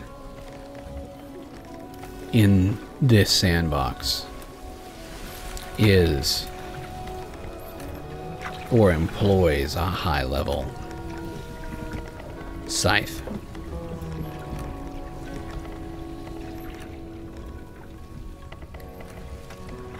And may even learn how to curb his powers. A good scythe knows how to use his powers to just push the odds. What the fuck even is this thing? Is it an Eldar thing?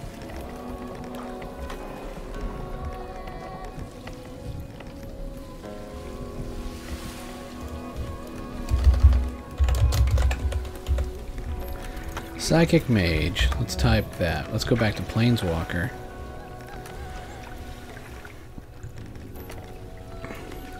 Yeah, this invokes what I was thinking. I think kind of like the Christ, it's a big deal if a Psyker reaches the age of 30, 33.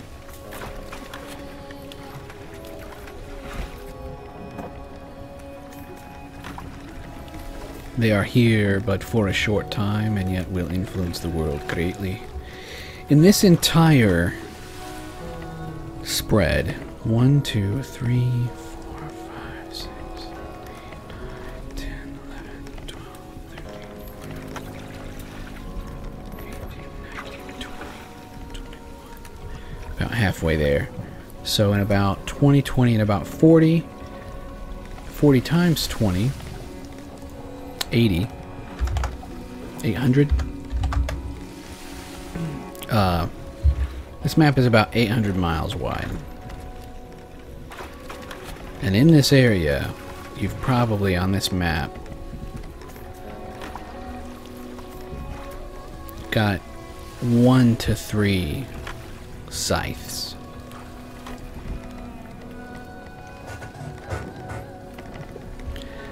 And for the first base game,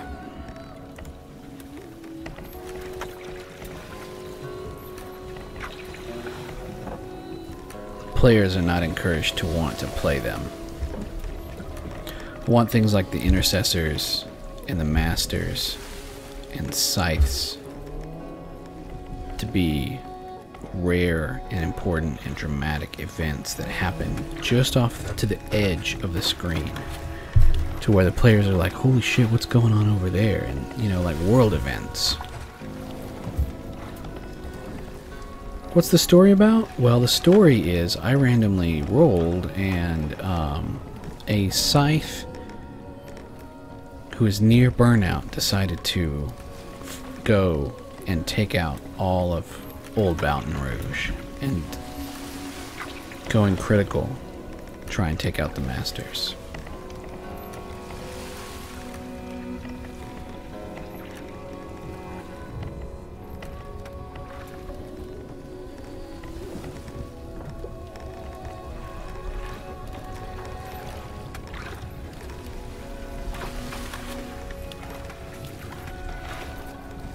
That's a fun graphic.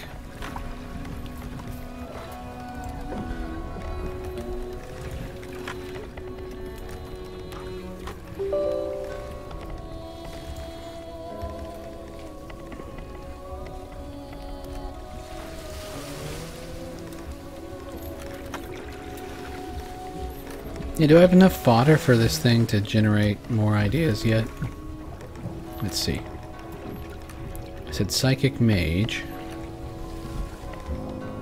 I like glowy bits. I don't want to shoehorn them, but I'm feeling like most scythes are flashy. Like their powers are otherworldly, right? They're a mage. They are doing things that when you see it happen, go, holy crap, look at that.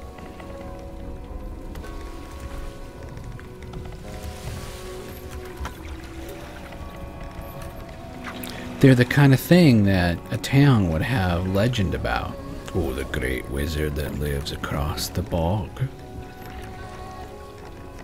He prefers not to be disturbed. He saved this town 8 summers ago, and he rarely uses his gift.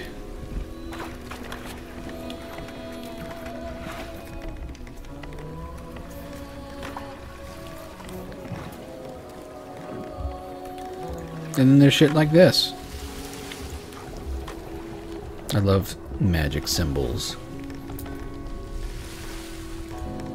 I like high priestesses. I like monks. Let's do this. Into the Badlands.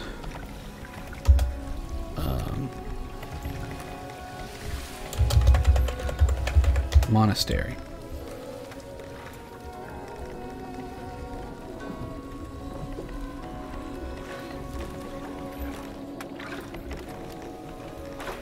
Might just have to do that one into Google.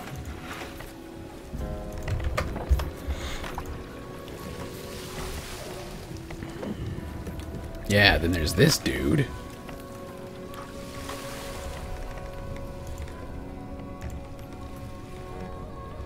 I like the idea of them having these fucked up helmets for no reason, but you know, it's something that they went to forge.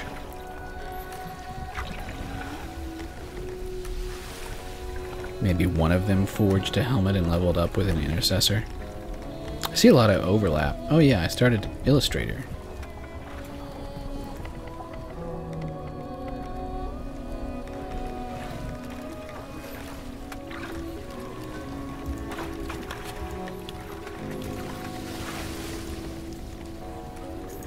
Let's get some scary music going. That was an audience with the Maven. That was riding on her riverboat.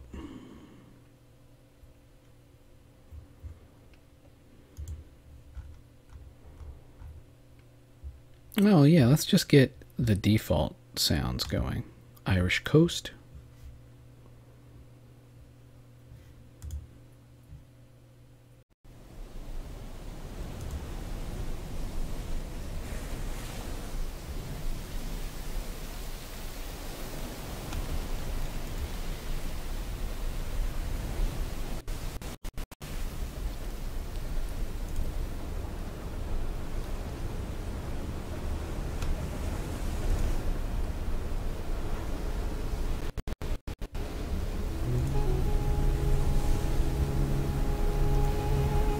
This is lovely and haunting. Let's fly the spaceship of the imagination to a cold and somber place as we crest the waves and travel from one square to the next.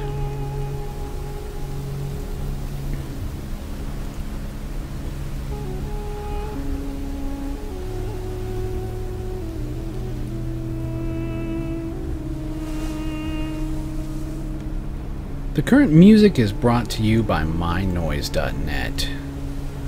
Yeah, I'm using it without permission. I do beg forgiveness, but I also want you guys to know that this helps you set the tone creatively for some of your projects. I'm an audiophile, I'm very audio driven. This can help set the tune. If you pre-mix 3 or 4 of these and layer them, like I have, it can help set the mood for your role-playing game sessions.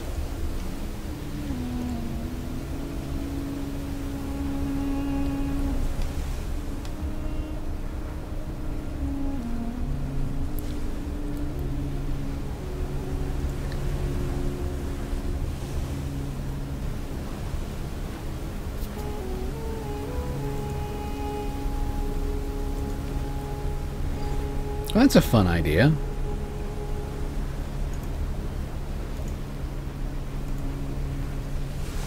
Is that as big as that gets? Well, let's look at it.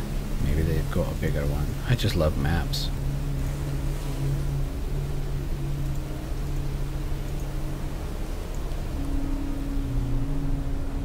Yeah, that was actually hastily done, wasn't it? Like, I guess it's kind of crappy looking because it was meant to be look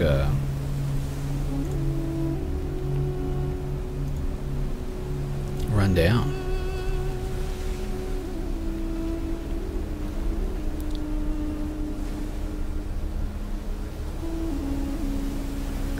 What's this associated with? It's a neat helmet. Is this Dishonored?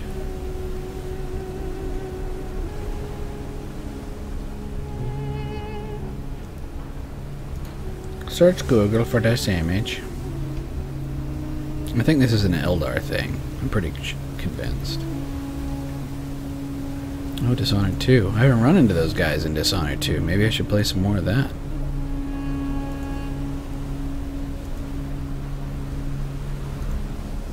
You got a bigger version of this? Can I have the bigger version? See full-size image. Nope, that's it. Alright, well, we'll save it.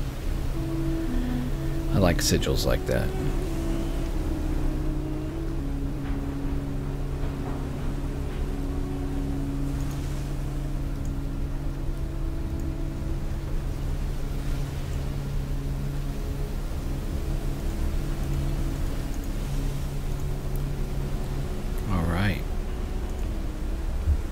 So I wanted to make a quick little graphic.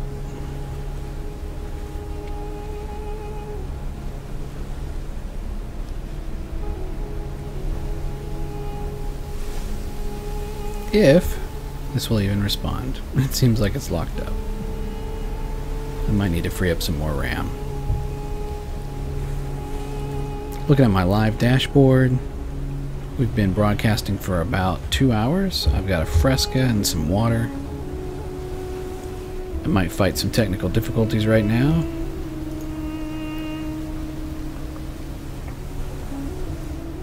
But the streaming health seems fine.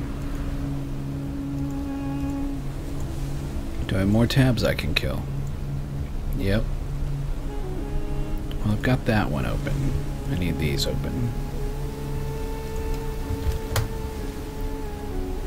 Sometimes you run into these kind of things, right? It's just how it is. You can't win them all, right?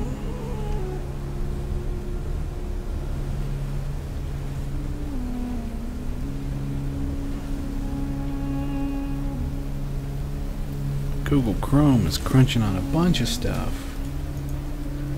And it feels like Illustrator just needs to be force closed.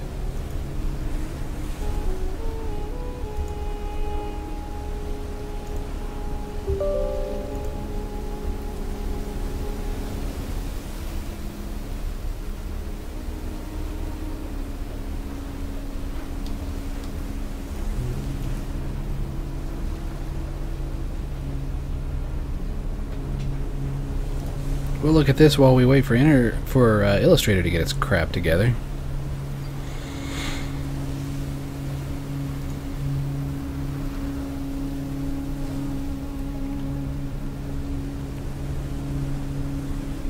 Come on, Illustrator. The little program that could, right? I'm not even asking to be able to use my tablet in conjunction with you tonight.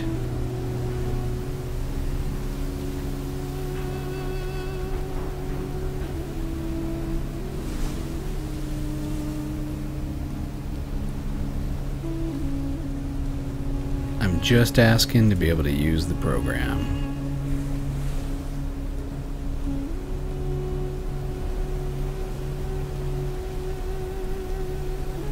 Might be asking too much. I've got no one saying anything on Discord. I might close it.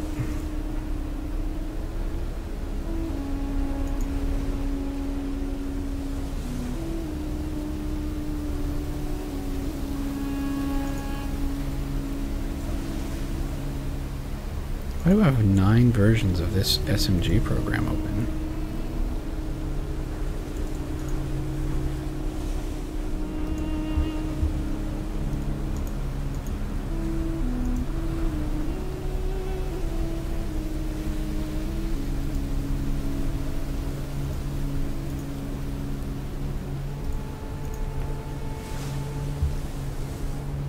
Trying to help you out, little illustrator that could.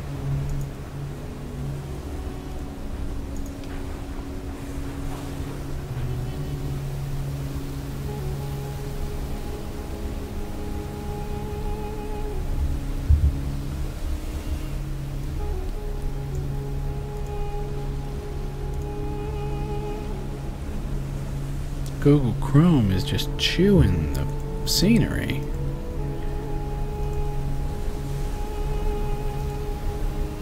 I don't have a ton of tabs open. It's got to be this music stuff, unfortunately.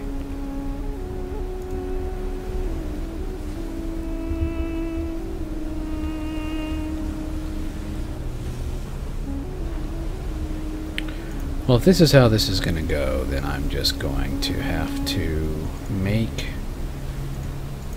a awful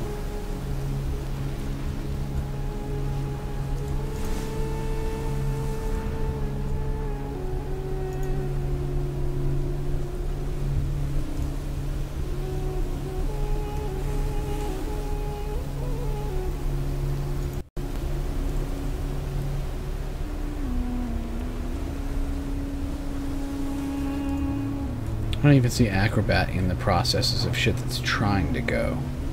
Or I mean Illustrator.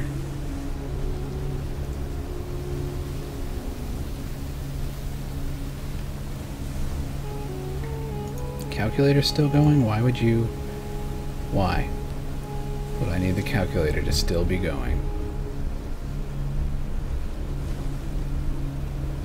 Sometimes you just gotta look at your spaceship and diagnose your equipment and go, why is this running this way or not the way that I need it to? I'm gonna try Illustrator one last time,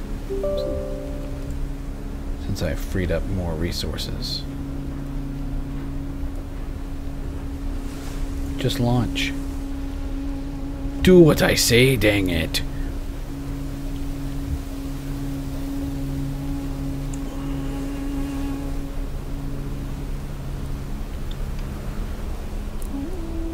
And there's a chance that it just doesn't play well with OBS, or it's my streaming. And if that's the case, then what I'll have to do is just make a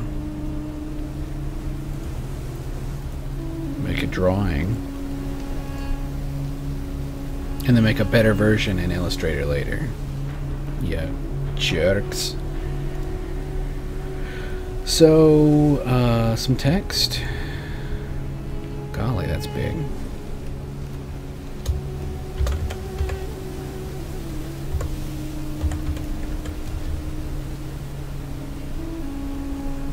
Scythes.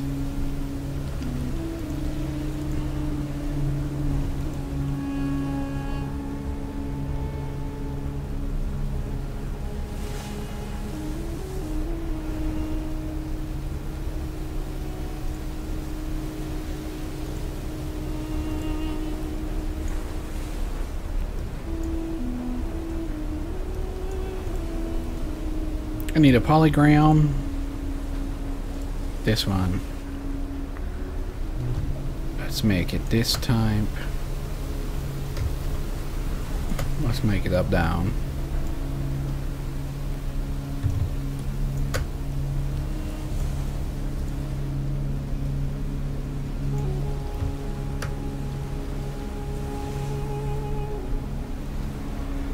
Can I give this a outline?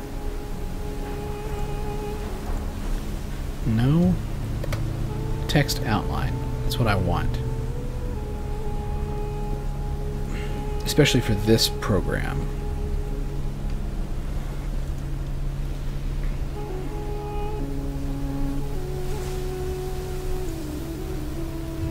Yeah, boobs.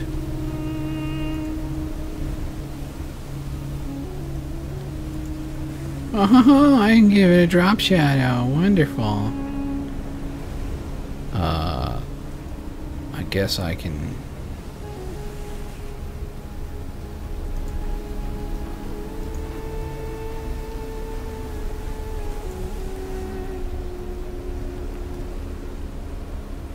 Alright, fine, I'll give it a glow. What does this even look like?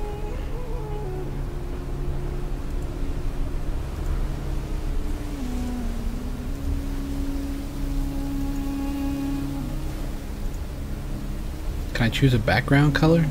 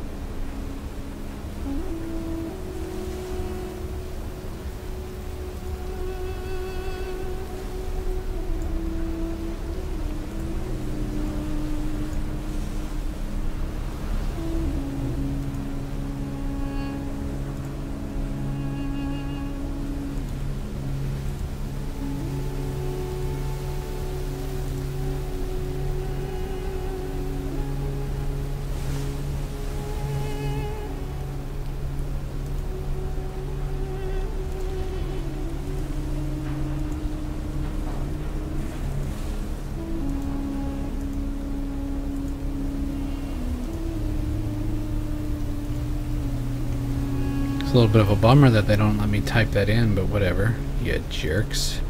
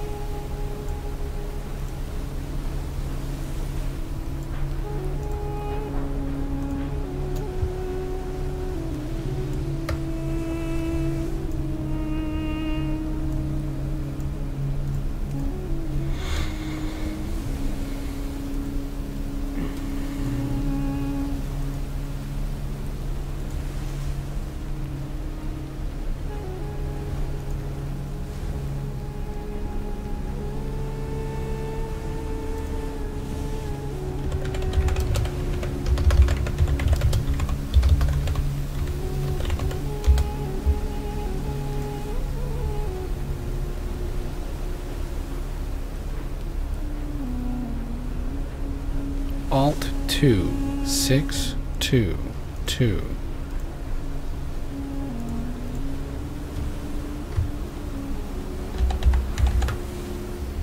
Is it 0? No, 2622. Yeah, so what is this? Do we have a wingdings?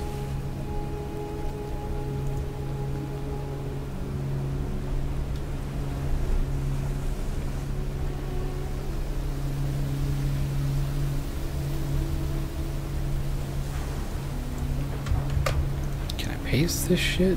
I'll just figure it out. Yeah, I can.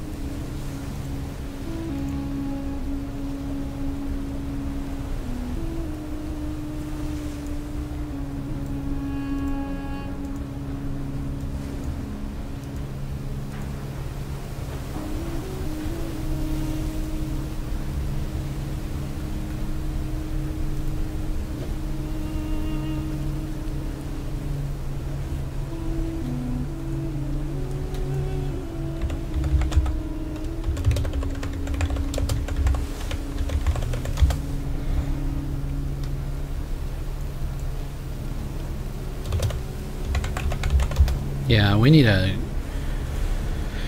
If you're not going to give us access to Wingdings, Google, we need a symbols library. What do I have here?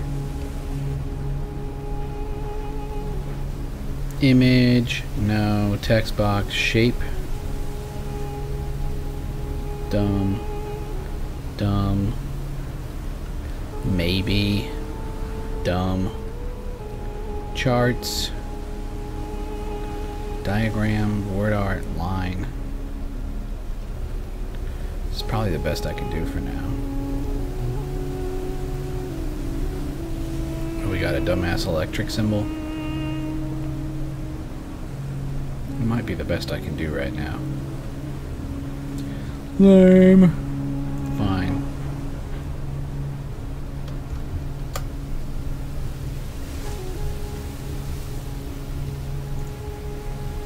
Fill color is black.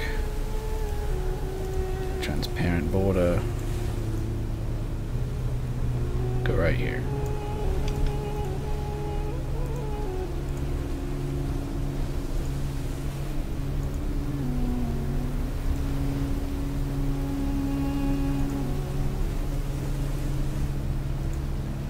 I could say that's almost a little too dark, but whatever, man, right? That's better.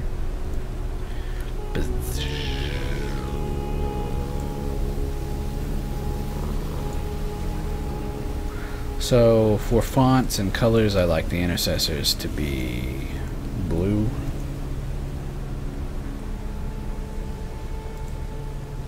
No highlight. Just font. Kind of light blue. Dang it, dude. Oh, text color.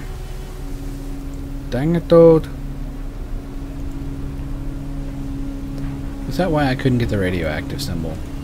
Hold on. Now I gotta retry this because I just saw this.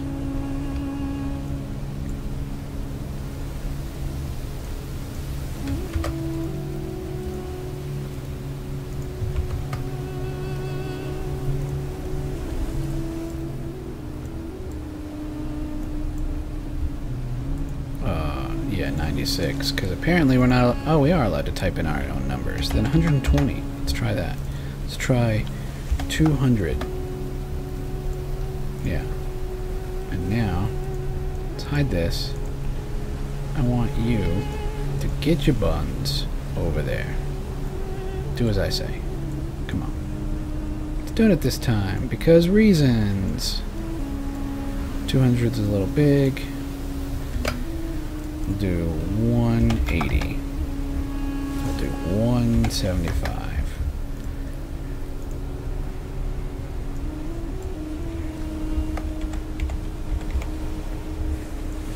Yeah.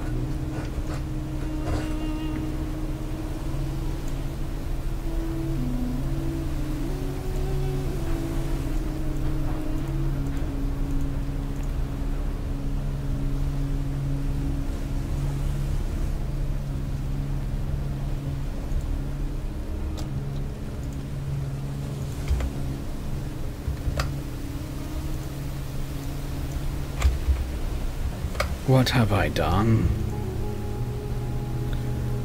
Hey, Mick! It's my friend Mick. So, yeah, I fail to check my mirrors often, but Mick is a good friend who I think we met over Minecraft, and I haven't heard from you forever. How are you doing, buddy? Are you still with me? I hope so. I've been getting lost in this little diagram I'm making about this role-playing book because it'll help me get my intentions in order. I gotta figure out how to lock this thing though.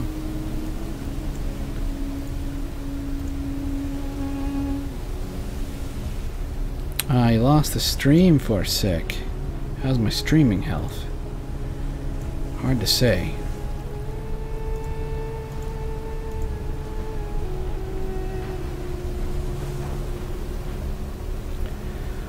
You know, overall I'm doing pretty good. I been making these real life sculptures, and it's really been therapeutic for me to stretch my art legs in that regard, impress myself a little bit, and decide if that's a thing I want to keep doing with the rest of my life. And I think the answer is yes. So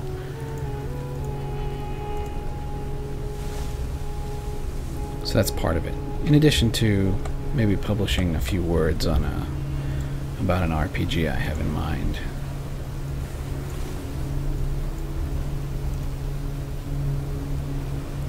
And of course, psychers are going to be purple.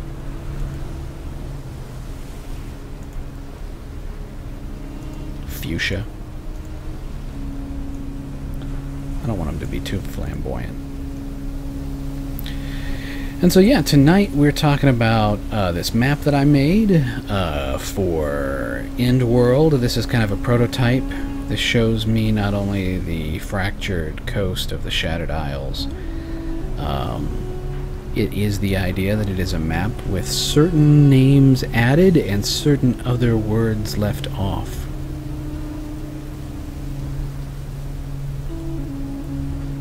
Man. So Mick, are you one of the few who has honored me by actually subscribing to my junk? Is that the reason why you saw it in your feed? In your YouTube feed? Because... thank you, buddy. What is the story of this little sandbox? Well, let's do our little call signs. It's 2 hours and 30 minutes. This is Into the Night with Incomitatum, Episode 5, Magic and the End Times. We are into the night, and we're talking about End World is what I'm calling this. You can kind of see that I put the old Alpha 1.0 from years ago logo down here. Yep. And so I want... oh yeah, and then I had to make a Google drawing because I found out that I can't stream and run Illustrator for some forsaken reason. Now Mick, if I remember, you're one of those few people who is interested in it, but has not done too much tabletop role-playing, correct?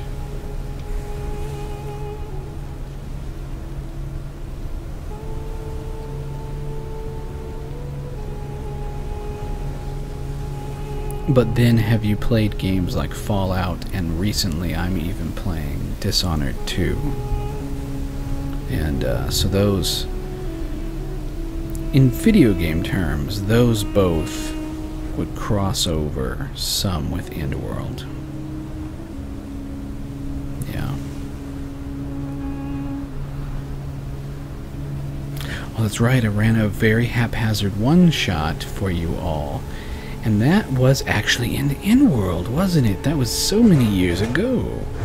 Well, I mentioned that because I decided to resurrect it, and in fact I remember that the original End World setting took place in the Fallen Four Corners area of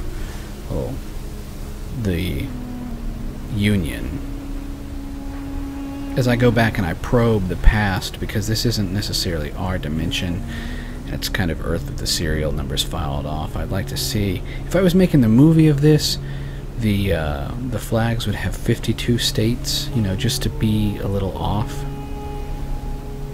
And we would never answer where the other two stars are, though you might assume that one of them was Puerto Rico, but, you know, what's in the mystery box? J.J. Abrams says that some things you want to be a nod and an homage to what should seem right and familiar, but then you turn around and you're like, nope, it isn't quite what you thought it was, because, yeah. But have you played RPGs like Fallout, or where you have to, you know, choose knobs and dials and fill in sheets, even on a character, computer game character? Here's the character sheet I'm working on for End World. I think it was better when it was in...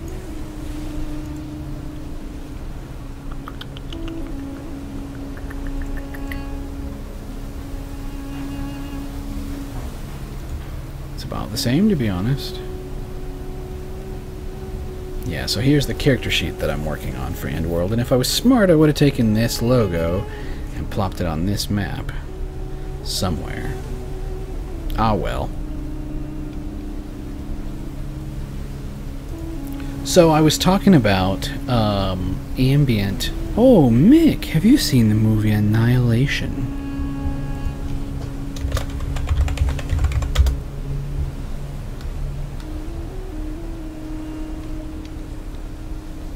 This one.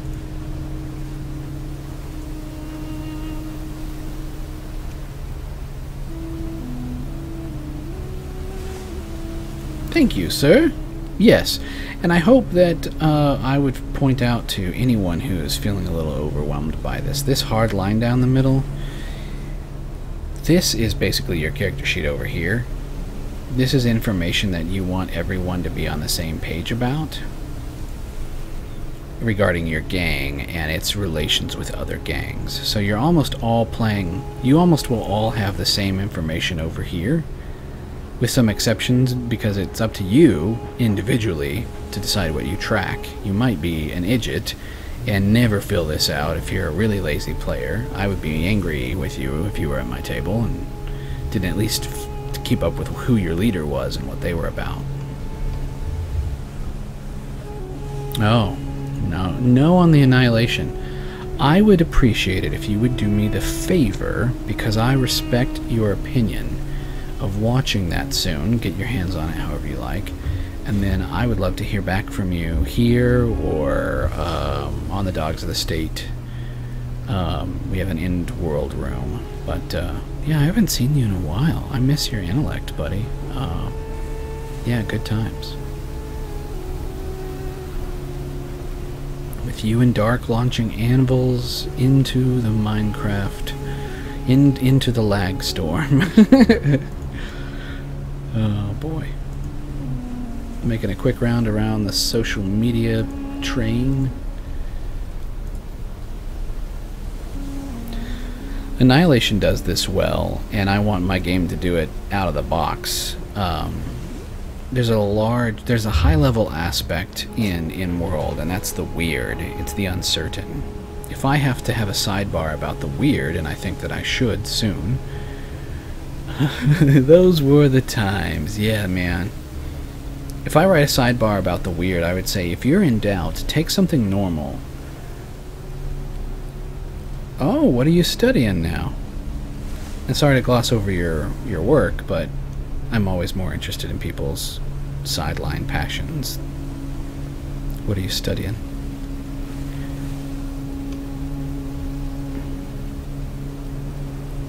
Mick, you might have heard of the exercise of, do you want to fight a horse-sized duck or 100 duck-sized horses? You know. Business information management.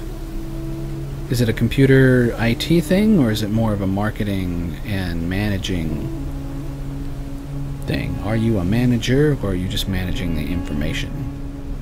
Is it data structures and server racks and code and send and get requests? SQL databases. These are all just assumptions that I'm mining because I'm live and he's transmitting from Europe somewhere. I think I can say safely.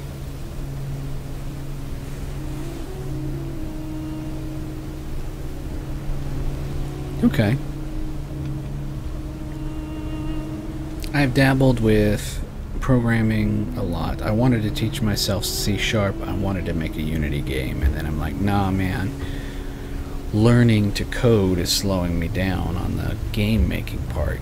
Make a pen and paper role-playing game instead. So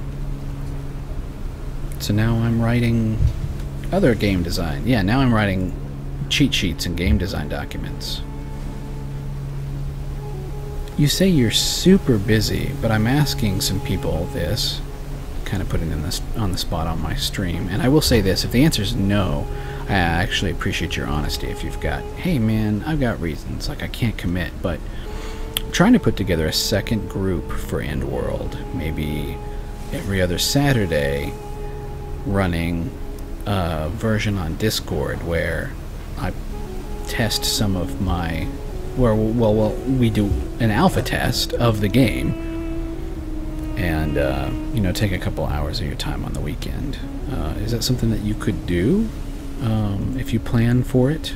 You know, like, hey, it's every other week, and or are you just too busy?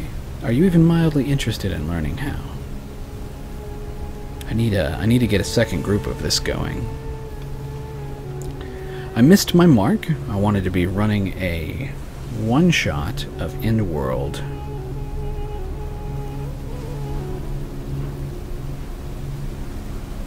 For Extra Life, which is this Saturday. Speaking of this Saturday,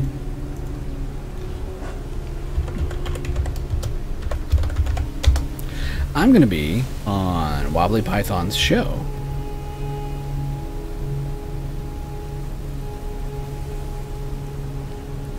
Rock on, buddy. I appreciate your honesty. You know, if the world was kind, are you at least into the idea of it? You know, if a few things could come together. I'm going to be on the Wobbly Python show Saturday. What are we watching? I don't think I condone to this right now. Scary stuff. I'm going to be on the Wobbly Python Drawing Circus Saturday, September 3rd. Nope. This Saturday. November 3rd. What the hell? I had a brain fart. At 7:30 p.m. Mountain Time. The shows are archived on YouTube, but it would be really great if anyone receiving this signal could show up.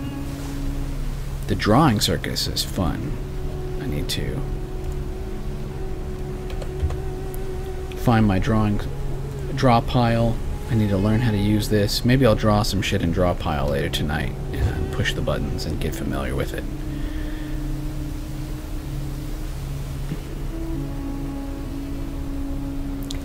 Talking about magic in the end times, I was throwing together a pin board. Let's go over there. Maybe it has marinated enough. Maybe the pin board has marinated enough to allow us to get some suggestions. But Zyths, my version of a psyker, these are characters who have magic powers like a Jedi or Dr. Manhattan or Akira or Jake the Dog. But every time they use their powers, they burn up part of the sand in their hourglass. And at some point, they're going to go critical. And taint? Create a blight? Or depending on the kind of person they were, maybe if their death is a noble or glorious thing, when they burn out, they create a spring or a well or a nexus of power, a blessing on an entire zone. These are about 20 mile squares on this map.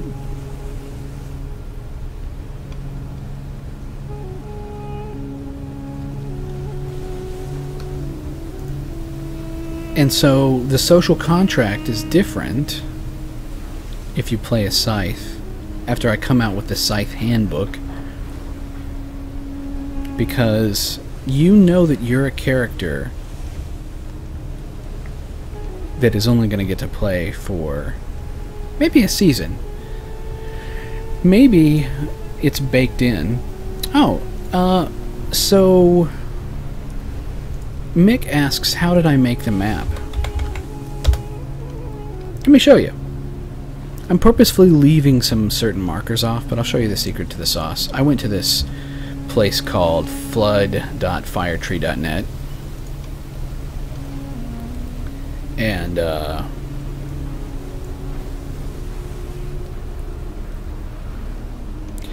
I also learned that each nautical mile is 1 degree is 1 minute. Yeah, that's right. Is 1 minute of latitude? Longitude? Whatever, dude. There was a correlation. So, it helped me get the squares just right. But I came on in here and I cranked up the water level. And here's what this looks like. And I got it just about the way that I wanted. Yeah, here's some of the behind the scenes stuff. Yeah. Houston, Baton Rouge. I really should have a red dot here for old leans. And then I, with a little bit of looseness to my wrist, to create my own undulations, because a coastline, depending on what resolution you're measuring it at, is technically infinite. I traced. And I put some extra, you know, here are islands. If you read the documentation on this, some of these areas are the way they are because the trees are so tall, like some of these spots in here. Because this is based off of, like, I think LiDAR, satellite scans. The trees were large enough to show up as their own little islands. And I've drawn some art like that, too. I've drawn some, pictures where... Oh yeah, it was in the Slimer picture. See, here's the tops of trees. This is one of the awful ambient creatures that can be found in the game. It's not really a creature, it's more like an ambient event. You're doing your thing when all of a sudden this awful ball of plasma shoots through your base. And these are ambient, big, dumb objects. They're obviously traveling very fast and from one point to another with a little bit of regularity. What's that up? What's up with that? Don't build your base in the path of these things, and once in a while their paths change, so... Are they sentient? No, they're not.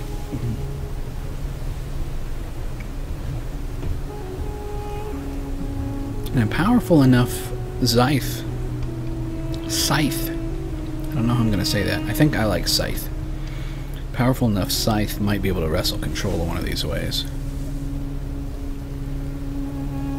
It really is hard to set something up from nothing. You might look at the program Grand Designer, which just got a major upgrade, but multiple noise generators and fractal patterns and how you want to add or multiply them to create a thing.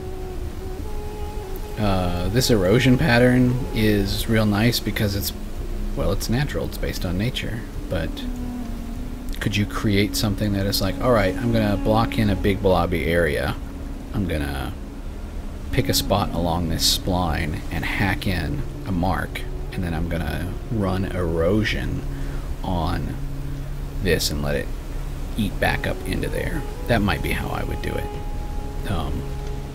It's a lot of high-level math that I understand the concepts of.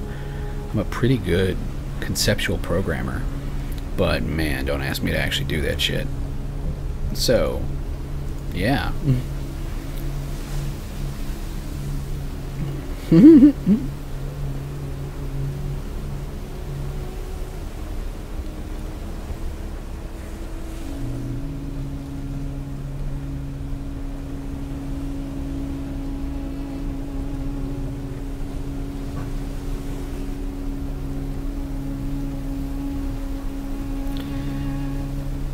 Hey Mick, I don't know if you can hear them on your end, but how are you digging these tunes?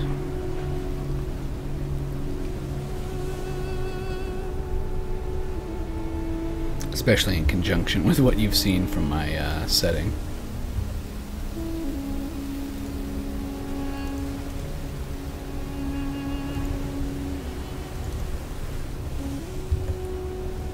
Oh yeah, I had decided that if I wanted to have a color palette, it was going to be very green and orange. This is just another piece of quick concept art that I did. This is somewhere along those, the shattered coasts.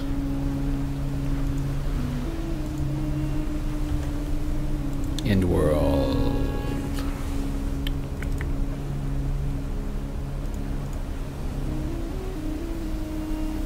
Yeah. You could get here in the normal area. Somewhere here or here, southern reaches, you know. If you can't really see the ocean too much, you're too far. Yeah, if you can't look over your shoulder and see the ocean, you might be too far inland as far as how the difficulty level would ramp up in a game, in this game. Thank you for saying you like the music, buddy.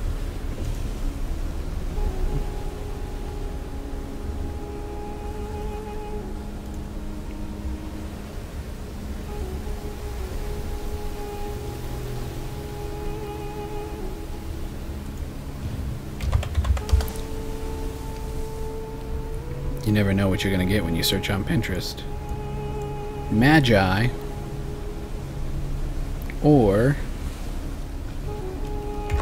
mage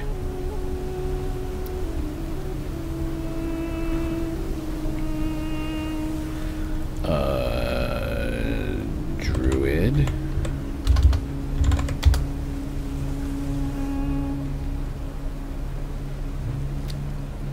what's this dude about?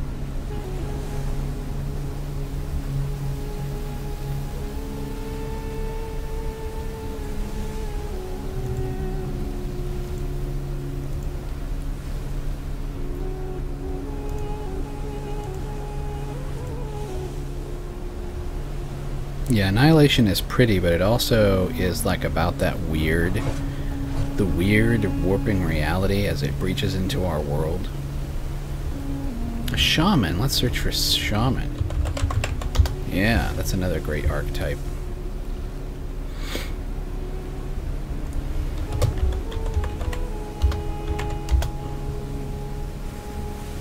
Nope, now we're getting real psychics. Let's not, or quote, real. Real people pretending that they are psychics. This is a fine picture. I like the word solitaire. I think that the world of a scythe means that you're probably have either used your powers to engineer having a cult around you, and that may or may not be real honest followers or not, but I figure that those people who don't want to die quickly, because the more you used your powers, the quicker you fray is the word I'm using, and I like it. The notion that they probably end up being powerful and solitary beings, and it's like, yeah, I'm a hermit on purpose, because people bring complications and drama into my life that I don't care for, friend. I heard you had magic gifts. That was a long time ago. I don't do that no more.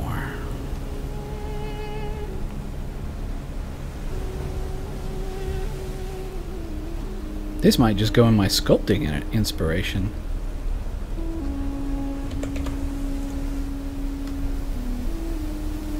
Yeah, shaman's a good word. Totem, fetish.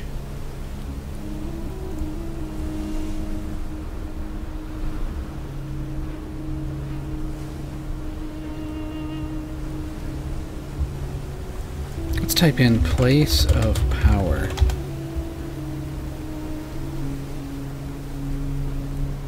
Well, all of these are beautiful, but they're not quite what I was picturing. Yeah, so this can go into end world and setting, which we'll look at in just a minute. This can go into end world and setting.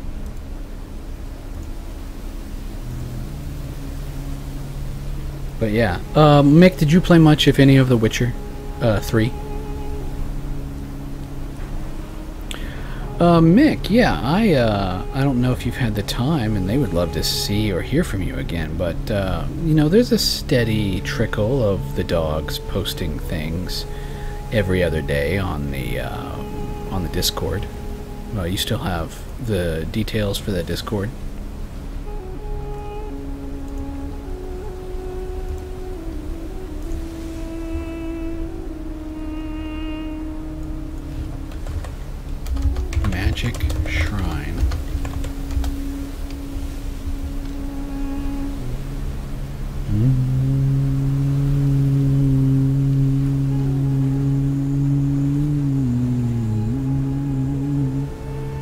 piece of power.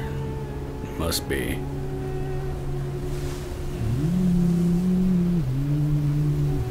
This is neat stuff. I like runes.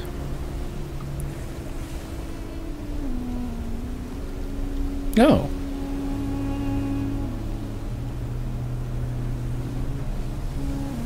I will shoot you the invite code via Google Hangouts for Discord. I mean, are you choosing not to have Discord? That would be, if you want to be even mildly involved with the Dogs of the State, I would say go ahead and get Discord, and then I'll send you the details. If you don't want to do that because it's just too much of a bother, I totally understand. I mean, that's cool too.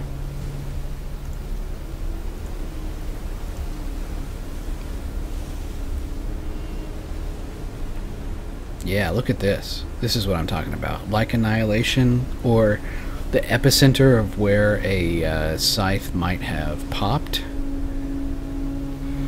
And if he was a particularly evil prick, then maybe, you know, this would be an evil thing. But, you know, this stuff looks very naturey. Maybe they were at peace. There's still a little bit of the void mystery.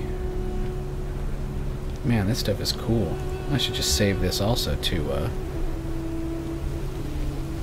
psychedelic line art. Another board I've got. Let's not get bogged down in that though. Let's force it to re-roll. What do we got here? Oh yeah.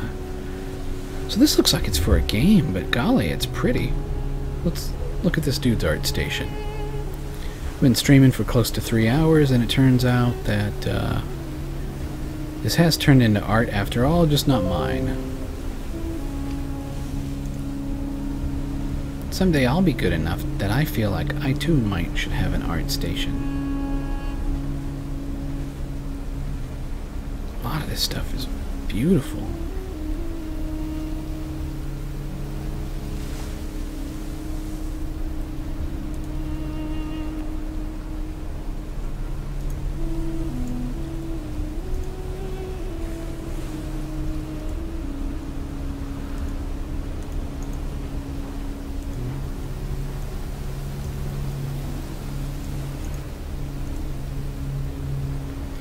Alright, Mick says he's downloading Discord. I'll go ahead and open it up. And then we'll do him the service of generating a link and welcoming him back into the fray, because I've missed you, buddy. I'm really glad that you were able to see that I was broadcasting at this hour. I guess this hour is kind of friendly for my European friends, and definitely, well, that's why we're into the night with Incomitatum.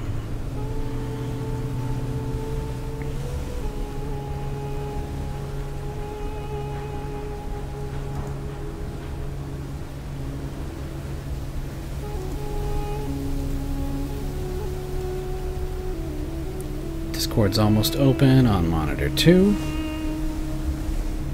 In the meantime, let's look at Endworld and, you know, just grace your dreams with these pictures that I was choosing for setting.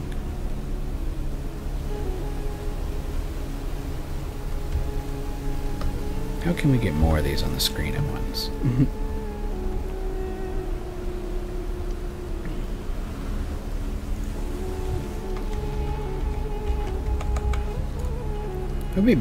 It would be cool if I could change the way this is viewed. I guess I could zoom in. That's better. Alright, and so then Hangouts is open over here.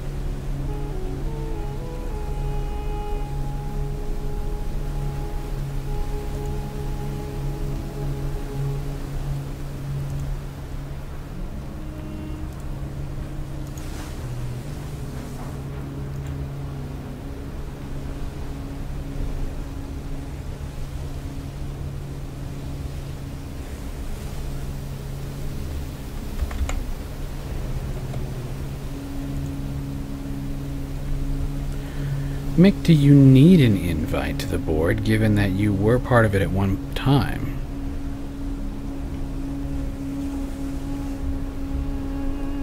In fact, I see your little eagle in here as a member. if you come online, you should still have it in your dashboard, and you are still a veteran. I'm glad that my signal was able to go forth into the night and summon the mighty eagle.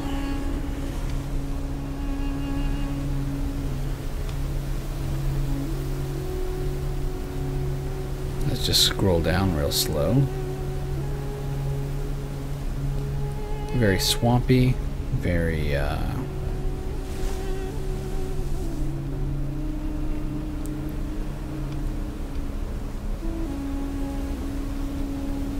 wet.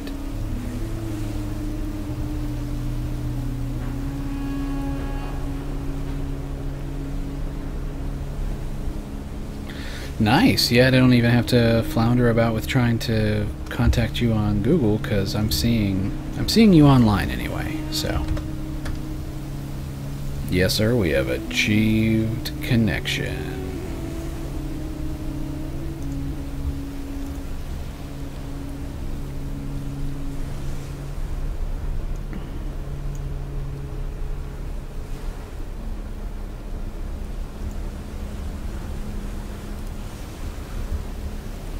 Rock on, buddy.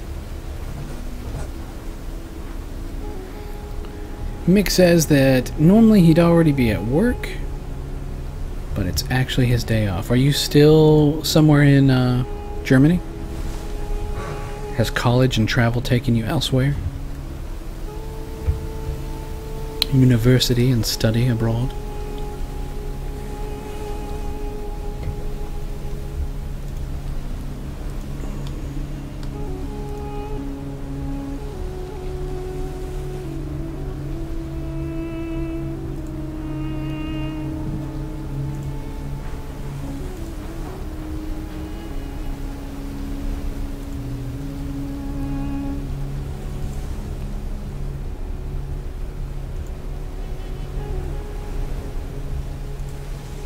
I'm sorry that I left you guys on that drawing program, because I want to show you pretty things.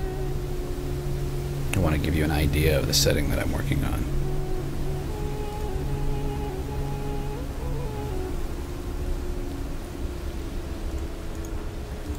Are you crashing with your parents as a result, or are you you still have your own apartment or place?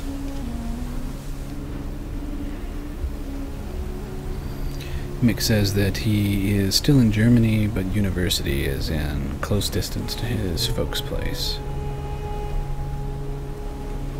Yeah, look at this. See, sometimes you gotta come back to your board just so that you can find the coolest crap. Because sometimes something belongs in one place and another. You know, it's like, oh, this belongs in multiple bins.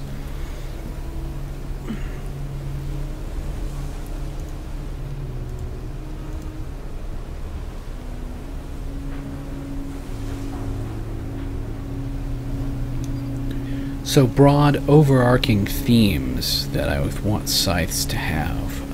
They're about to burn out. Their lives are temporary, just like everyone else, but more importantly, the cooler you are, you know that you're playing a character that is going to burst at some point, and you'll be ravaged or transcend. It can be a positive or a negative. I do want it to be looked at fairly binary as far as the map goes. As far as the player, there will be a bond and a pact between the player and the GM, talking about, you know, how do I want my end to be? And if you've got a Scythe in your party, then probably part of the climax of the story is of the season that they're in is that they pop and that they die. Maybe they spend their last little bit of awesome doing the thing, and then they boop.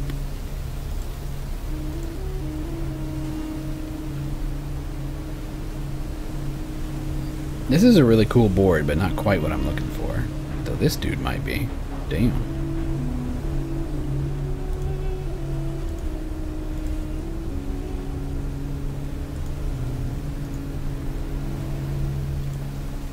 Yeah, Mick, I'm glad that your parents are cool with that, because it definitely economically makes all the sense.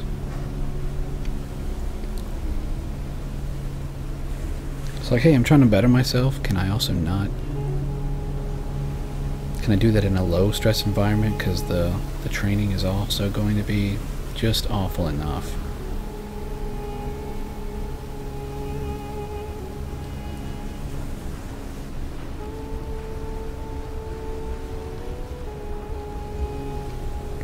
A lot of cool images, just not too many of them in line with what I need tonight.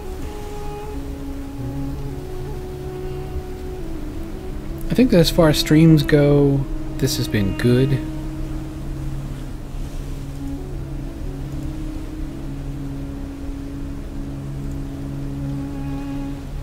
Golly, I love Mr. Stalinhag's art. Just look at that.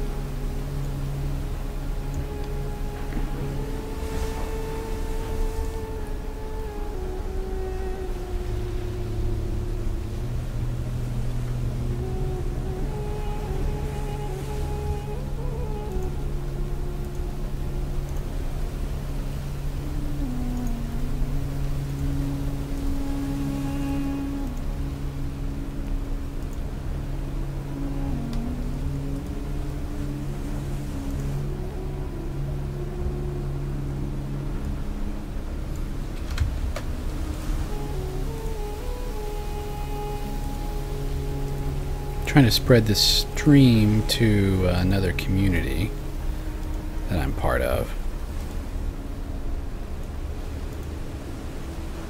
on my other monitor.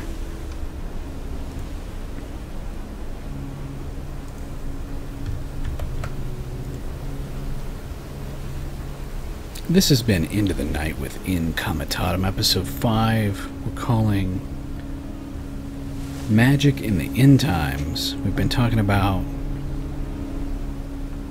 how it is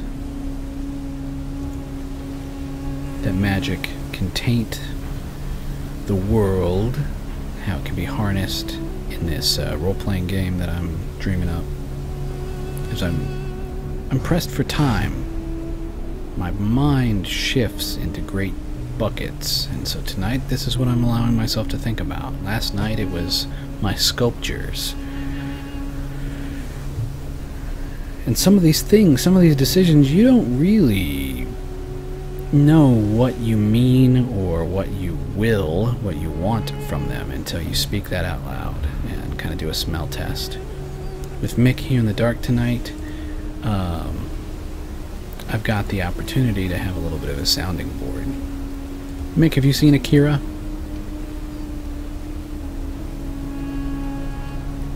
I think, do I remember correctly about you, Mick, that you haven't seen a lot of movies? I have a very faulty memory.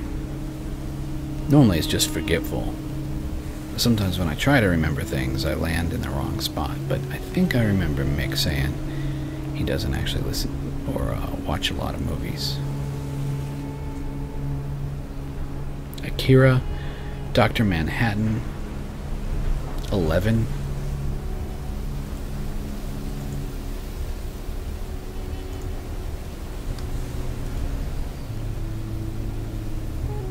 Naruto to some extent, I think.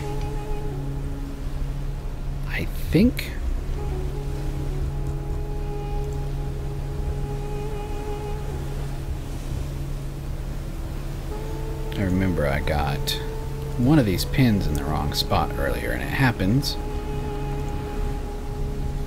Yep, I want to move this to setting.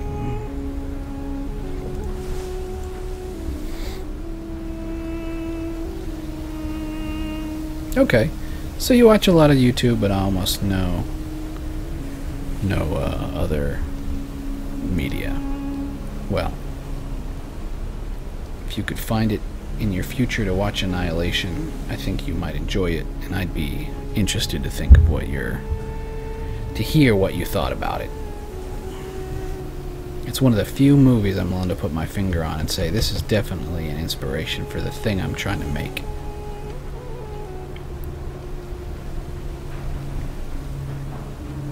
I could see the movie Annihilation taking place closer to when the world fell, and so now Endworld is played in this state after everything has already totally gone to shit. And so now there's, we were talking about the Wheel of Pain or the story embryo. Now the stuff I put forth in the book is going to be the new normal. It's saved, but I gotta move that because it's not where I want it, but it's amazing. Look at this fucker. Damn. Just some great artwork. Just some great... Dude. Look at these guys, dude.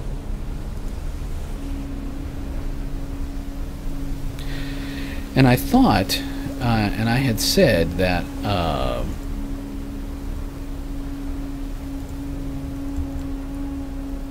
these dudes are definitely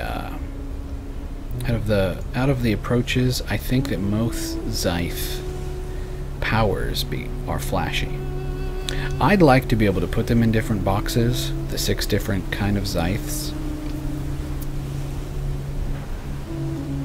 But I think that their powers are all flashy. And flashy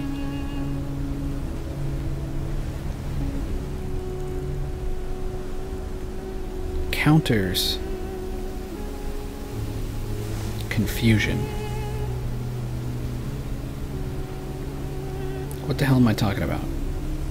Within the construct of Fate Accelerated, flashy things, if you want a PowerPoint is boring, but it's trying to be flashy.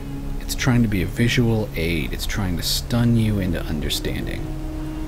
I think that if in this setting someone's heard about psychers, and I think that the powers have just enough of an anime flair to them that if you see a psyker using their powers, it's not subtle. You go, holy shit, that is straight up real magic. But it's in a time where the world is broken, so I'm not gonna risk anything like paradox. There's no reality trying to flex and say that no, this person can't do this magic because that's against the norm. The world's already broken and into shit because of the machinations of the other factions, the intercessors and the masters. More so the masters, but the intercessors are another species trapped in this fishbowl. And humanity is kind of caught in the middle.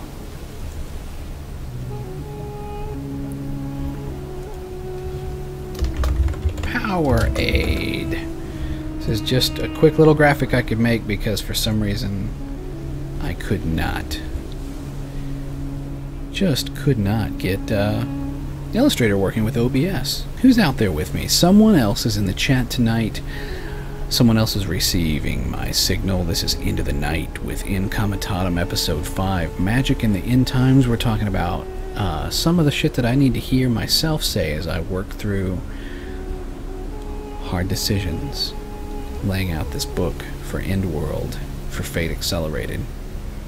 If you're out there as number 2, say hi in the chat. I'd love to hear from you, get to know you, even weather the barbs and stings of hurled insults if you just hate what I'm emanating.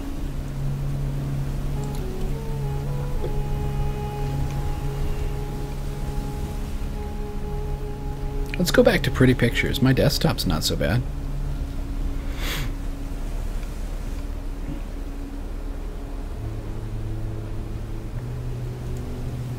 I really do like this map, though. I'm glad that I took the time to create it. Tooting my own horn a little bit, but this helps me look at the setting. You know, kind of like you would removed as a deity in a movie or a game like Black or White. This helps me say to myself, this is the thing I'm making. I can see it now that each band probably needs at least a 2-page spread talking about the certain idiosyncrasies. Because you can see we have the deep water, the shattered isles, the southern reaches, the overgrowth.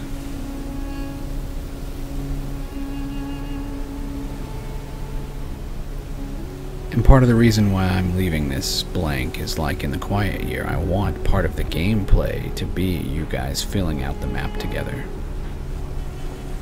Drawing symbols over the top of it.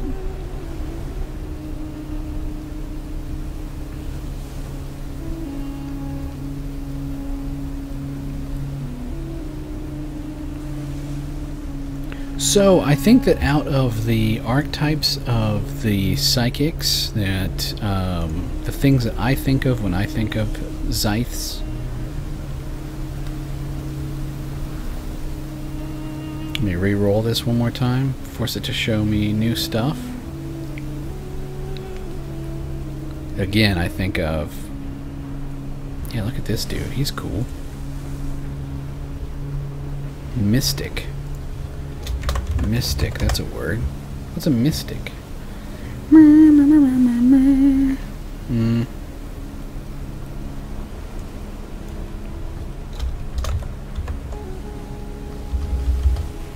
Psychic, mystic, shaman, will worker. Here's what we found for woodworker. No. No, we don't got nothing. Mage.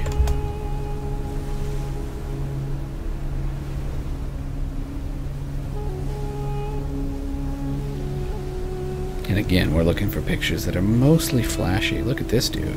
I like this. It's like, nope. Bunch of evil aliens open up on one of the members of your party because you're in places you shouldn't be. As the plasma bolts bounce off the force field.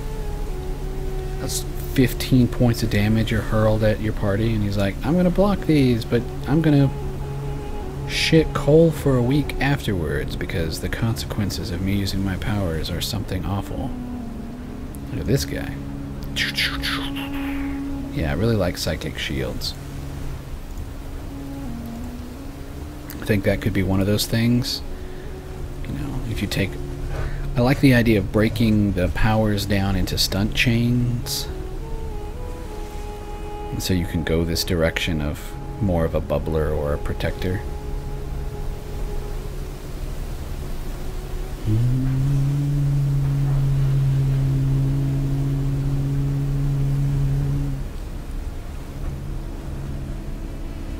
I don't know what this is up about, but I like it.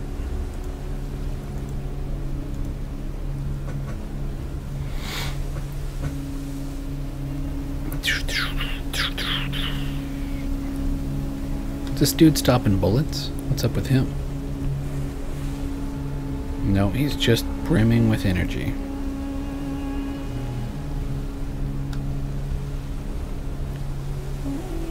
There we go. That's what I'm looking for, man. Look at this dude. I mean, yeah, like far out, man. Arbiter 690 at DeviantArt. Do you have other great art?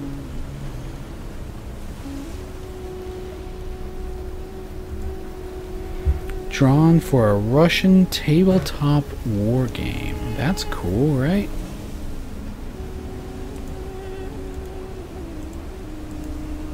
And this looks like Thor is wearing some kind of... Yeah, I definitely see one of the Zyth packages being called a Lich. You know, if you're gonna use your powers for evil, you're definitely a, be like, no man, my friends never die. It's like, yep, and when you pop, that's gonna go all over the place, isn't it? You're gonna have this place where skeletons are constantly a thing.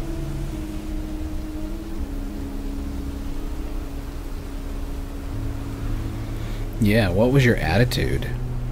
What was your character's prime? And then how does that manifest into a feeling? Essentially, when you die, you're going to haunt with a massive amount of energy the hex or the square that you went out on. What the hell? That's beautiful. Beautiful. Look at this. Oh my goodness. Angelarium. Let's go there. And you got some stuff, right? Sketches. Said you were commissioned. You were commissioned. Commissioned. Nice art. Good stuff. Far out, man. Pretty stuff. At the very least, this is, see, if you're on Pinterest and you're building a folio to inspire you, it might seem like, well, all he ever does is spend his time on Pinterest. But, you know, if you're working on something by yourself, sometimes you gotta play art director. I like this, and this is actually going in my scythe board too, because another idea that I have is a psychic consciousness that died young. And so it is a gestalt, like your body is gone, but you, whatever was around, if it was like a bunch of trash or a bunch of trees or a bunch of rocks, you're an elemental of some kind. And eventually that magic is going to fade, you're going to pop, you know, that's still the theme. Scythes are even less permanent. A careful scythe who goes around using very minor miracles might be able to survive for 30 years. If you come into your powers around puberty, right? 12, 13, 15, 16. Some kids are late bloomers. Yeah. We got about 10 more minutes in the stream. This is to say, 3.5 hours is plenty long, right? What do you think so far, Mick? You've been here long enough to see the kind of general feeling, the spread of what I'm putting down, at least in talking about these psychic beings that you won't get to play until I publish a couple books, but they're definitely there in the periphery. I'd like it to be like an ambient event that's kind of rare, but, you know, still possible, with enough words that your storyteller can mine it well. It's like, hey, you see a you know, you and your buddies are walking through a field when you see this psyker obviously fighting like a pack of mutated wolves, or 3 masters, or an intercessor, or, you know, something that's worth fighting, where you guys are like, wow, we could help, or it's like, nuh-uh, duck your heads, walk the other way. Holy shit, the fight is coming this direction. Why? Oh, we can't get away far enough. Shenanigans. I like ambient world events, so.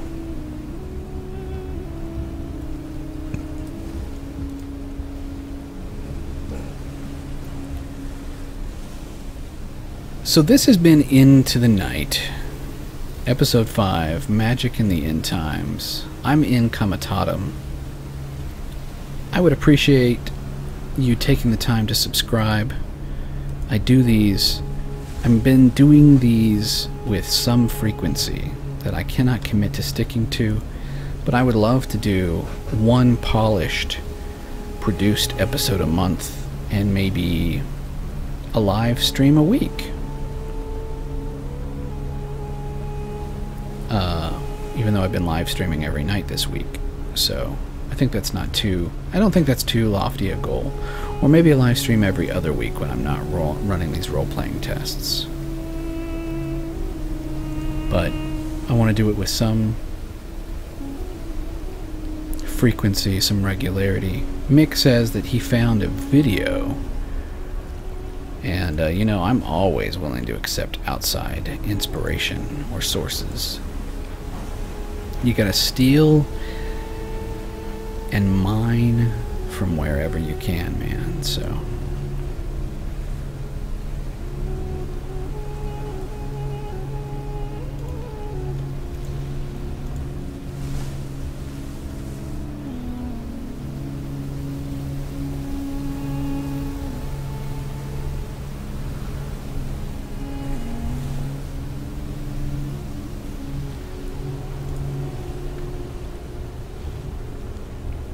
Waiting to see if you can find his video, because I'd love to share it, see it, take it in, and maybe share it with you guys, depending on the length. So the next thing that I'm going to do is take some of these, let me turn this night again, take some of these professions and work out better names for them, try and make some packages, probably in a spreadsheet. How do I make something like fisherman?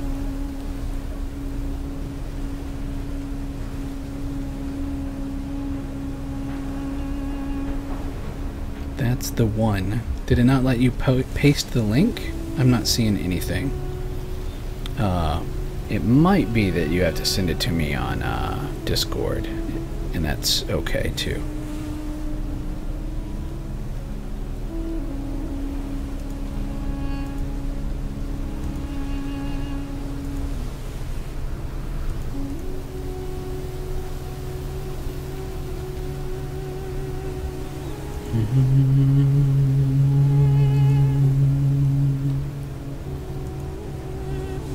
Here we go. Oh, the cathedral. I saw this a long time ago. But yeah.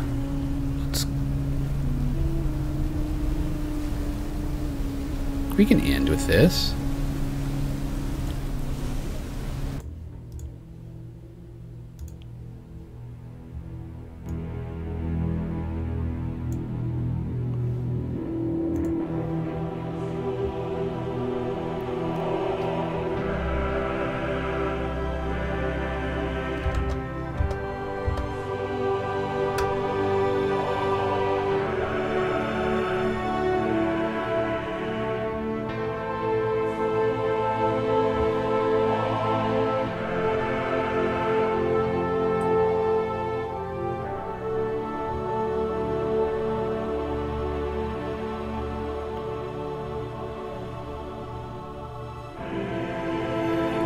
I remember when this first came out, I watched it because I was into 3D modeling and environment art.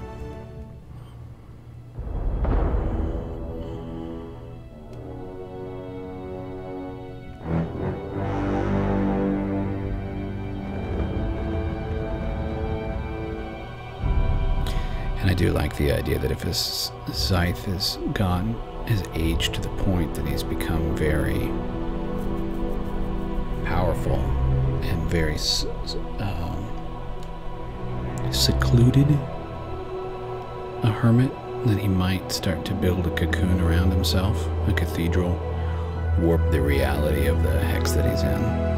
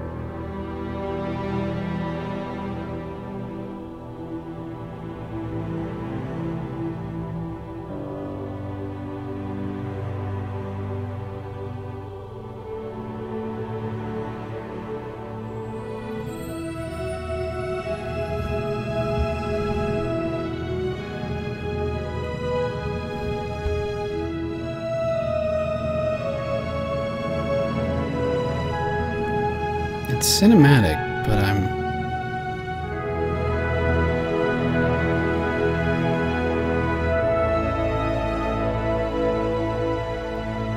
feel like I might be skipping a beat trying to tell a coherent story.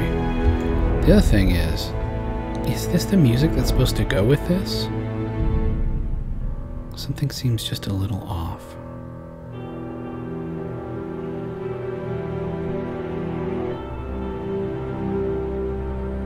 There's a level like this in Soul Calibur, I remembered. The original music was better, so yeah, I guess there was some other music to this. Well, you get the idea, and I'm gonna be that ass that skips around a little bit. I want to move this along.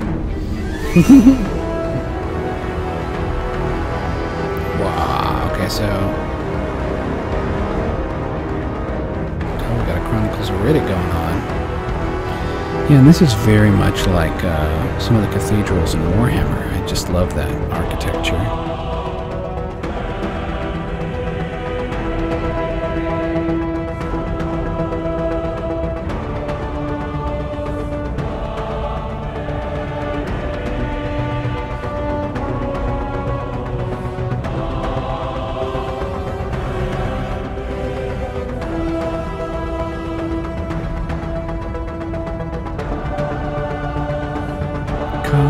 Kamehameha.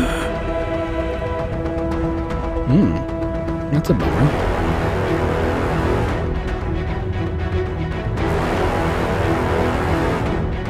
Whoa.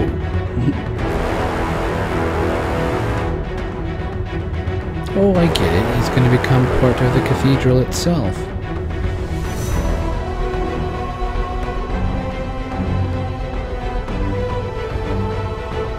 Or it's kind of like he's having a LAN party with all those other wizards. He's like, hey, where do I need to stand right as the end comes along? How can I make my death useful? Now I can at least hold up this side of this decrepit sanctuary of bone. Bastion of bone, yeah. Well, on that note, again, I'm Incomitatum. This has been Into the Night. Thanks for hanging out with me. Thanks for listening to some of this. Thanks for being here and seeing me flail against the darkness and say, hey, I existed, even if it was for 3 hours on YouTube one time. Have a good night. Be well. Like and subscribe.